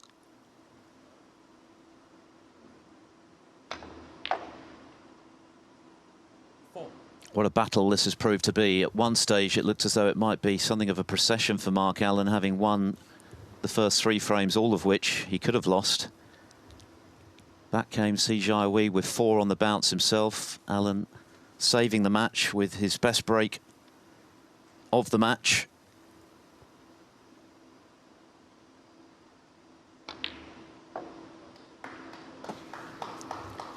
And now threatening a repeat of his very tight victory over Mark Joyce in a lengthy final frame. Just the pink required.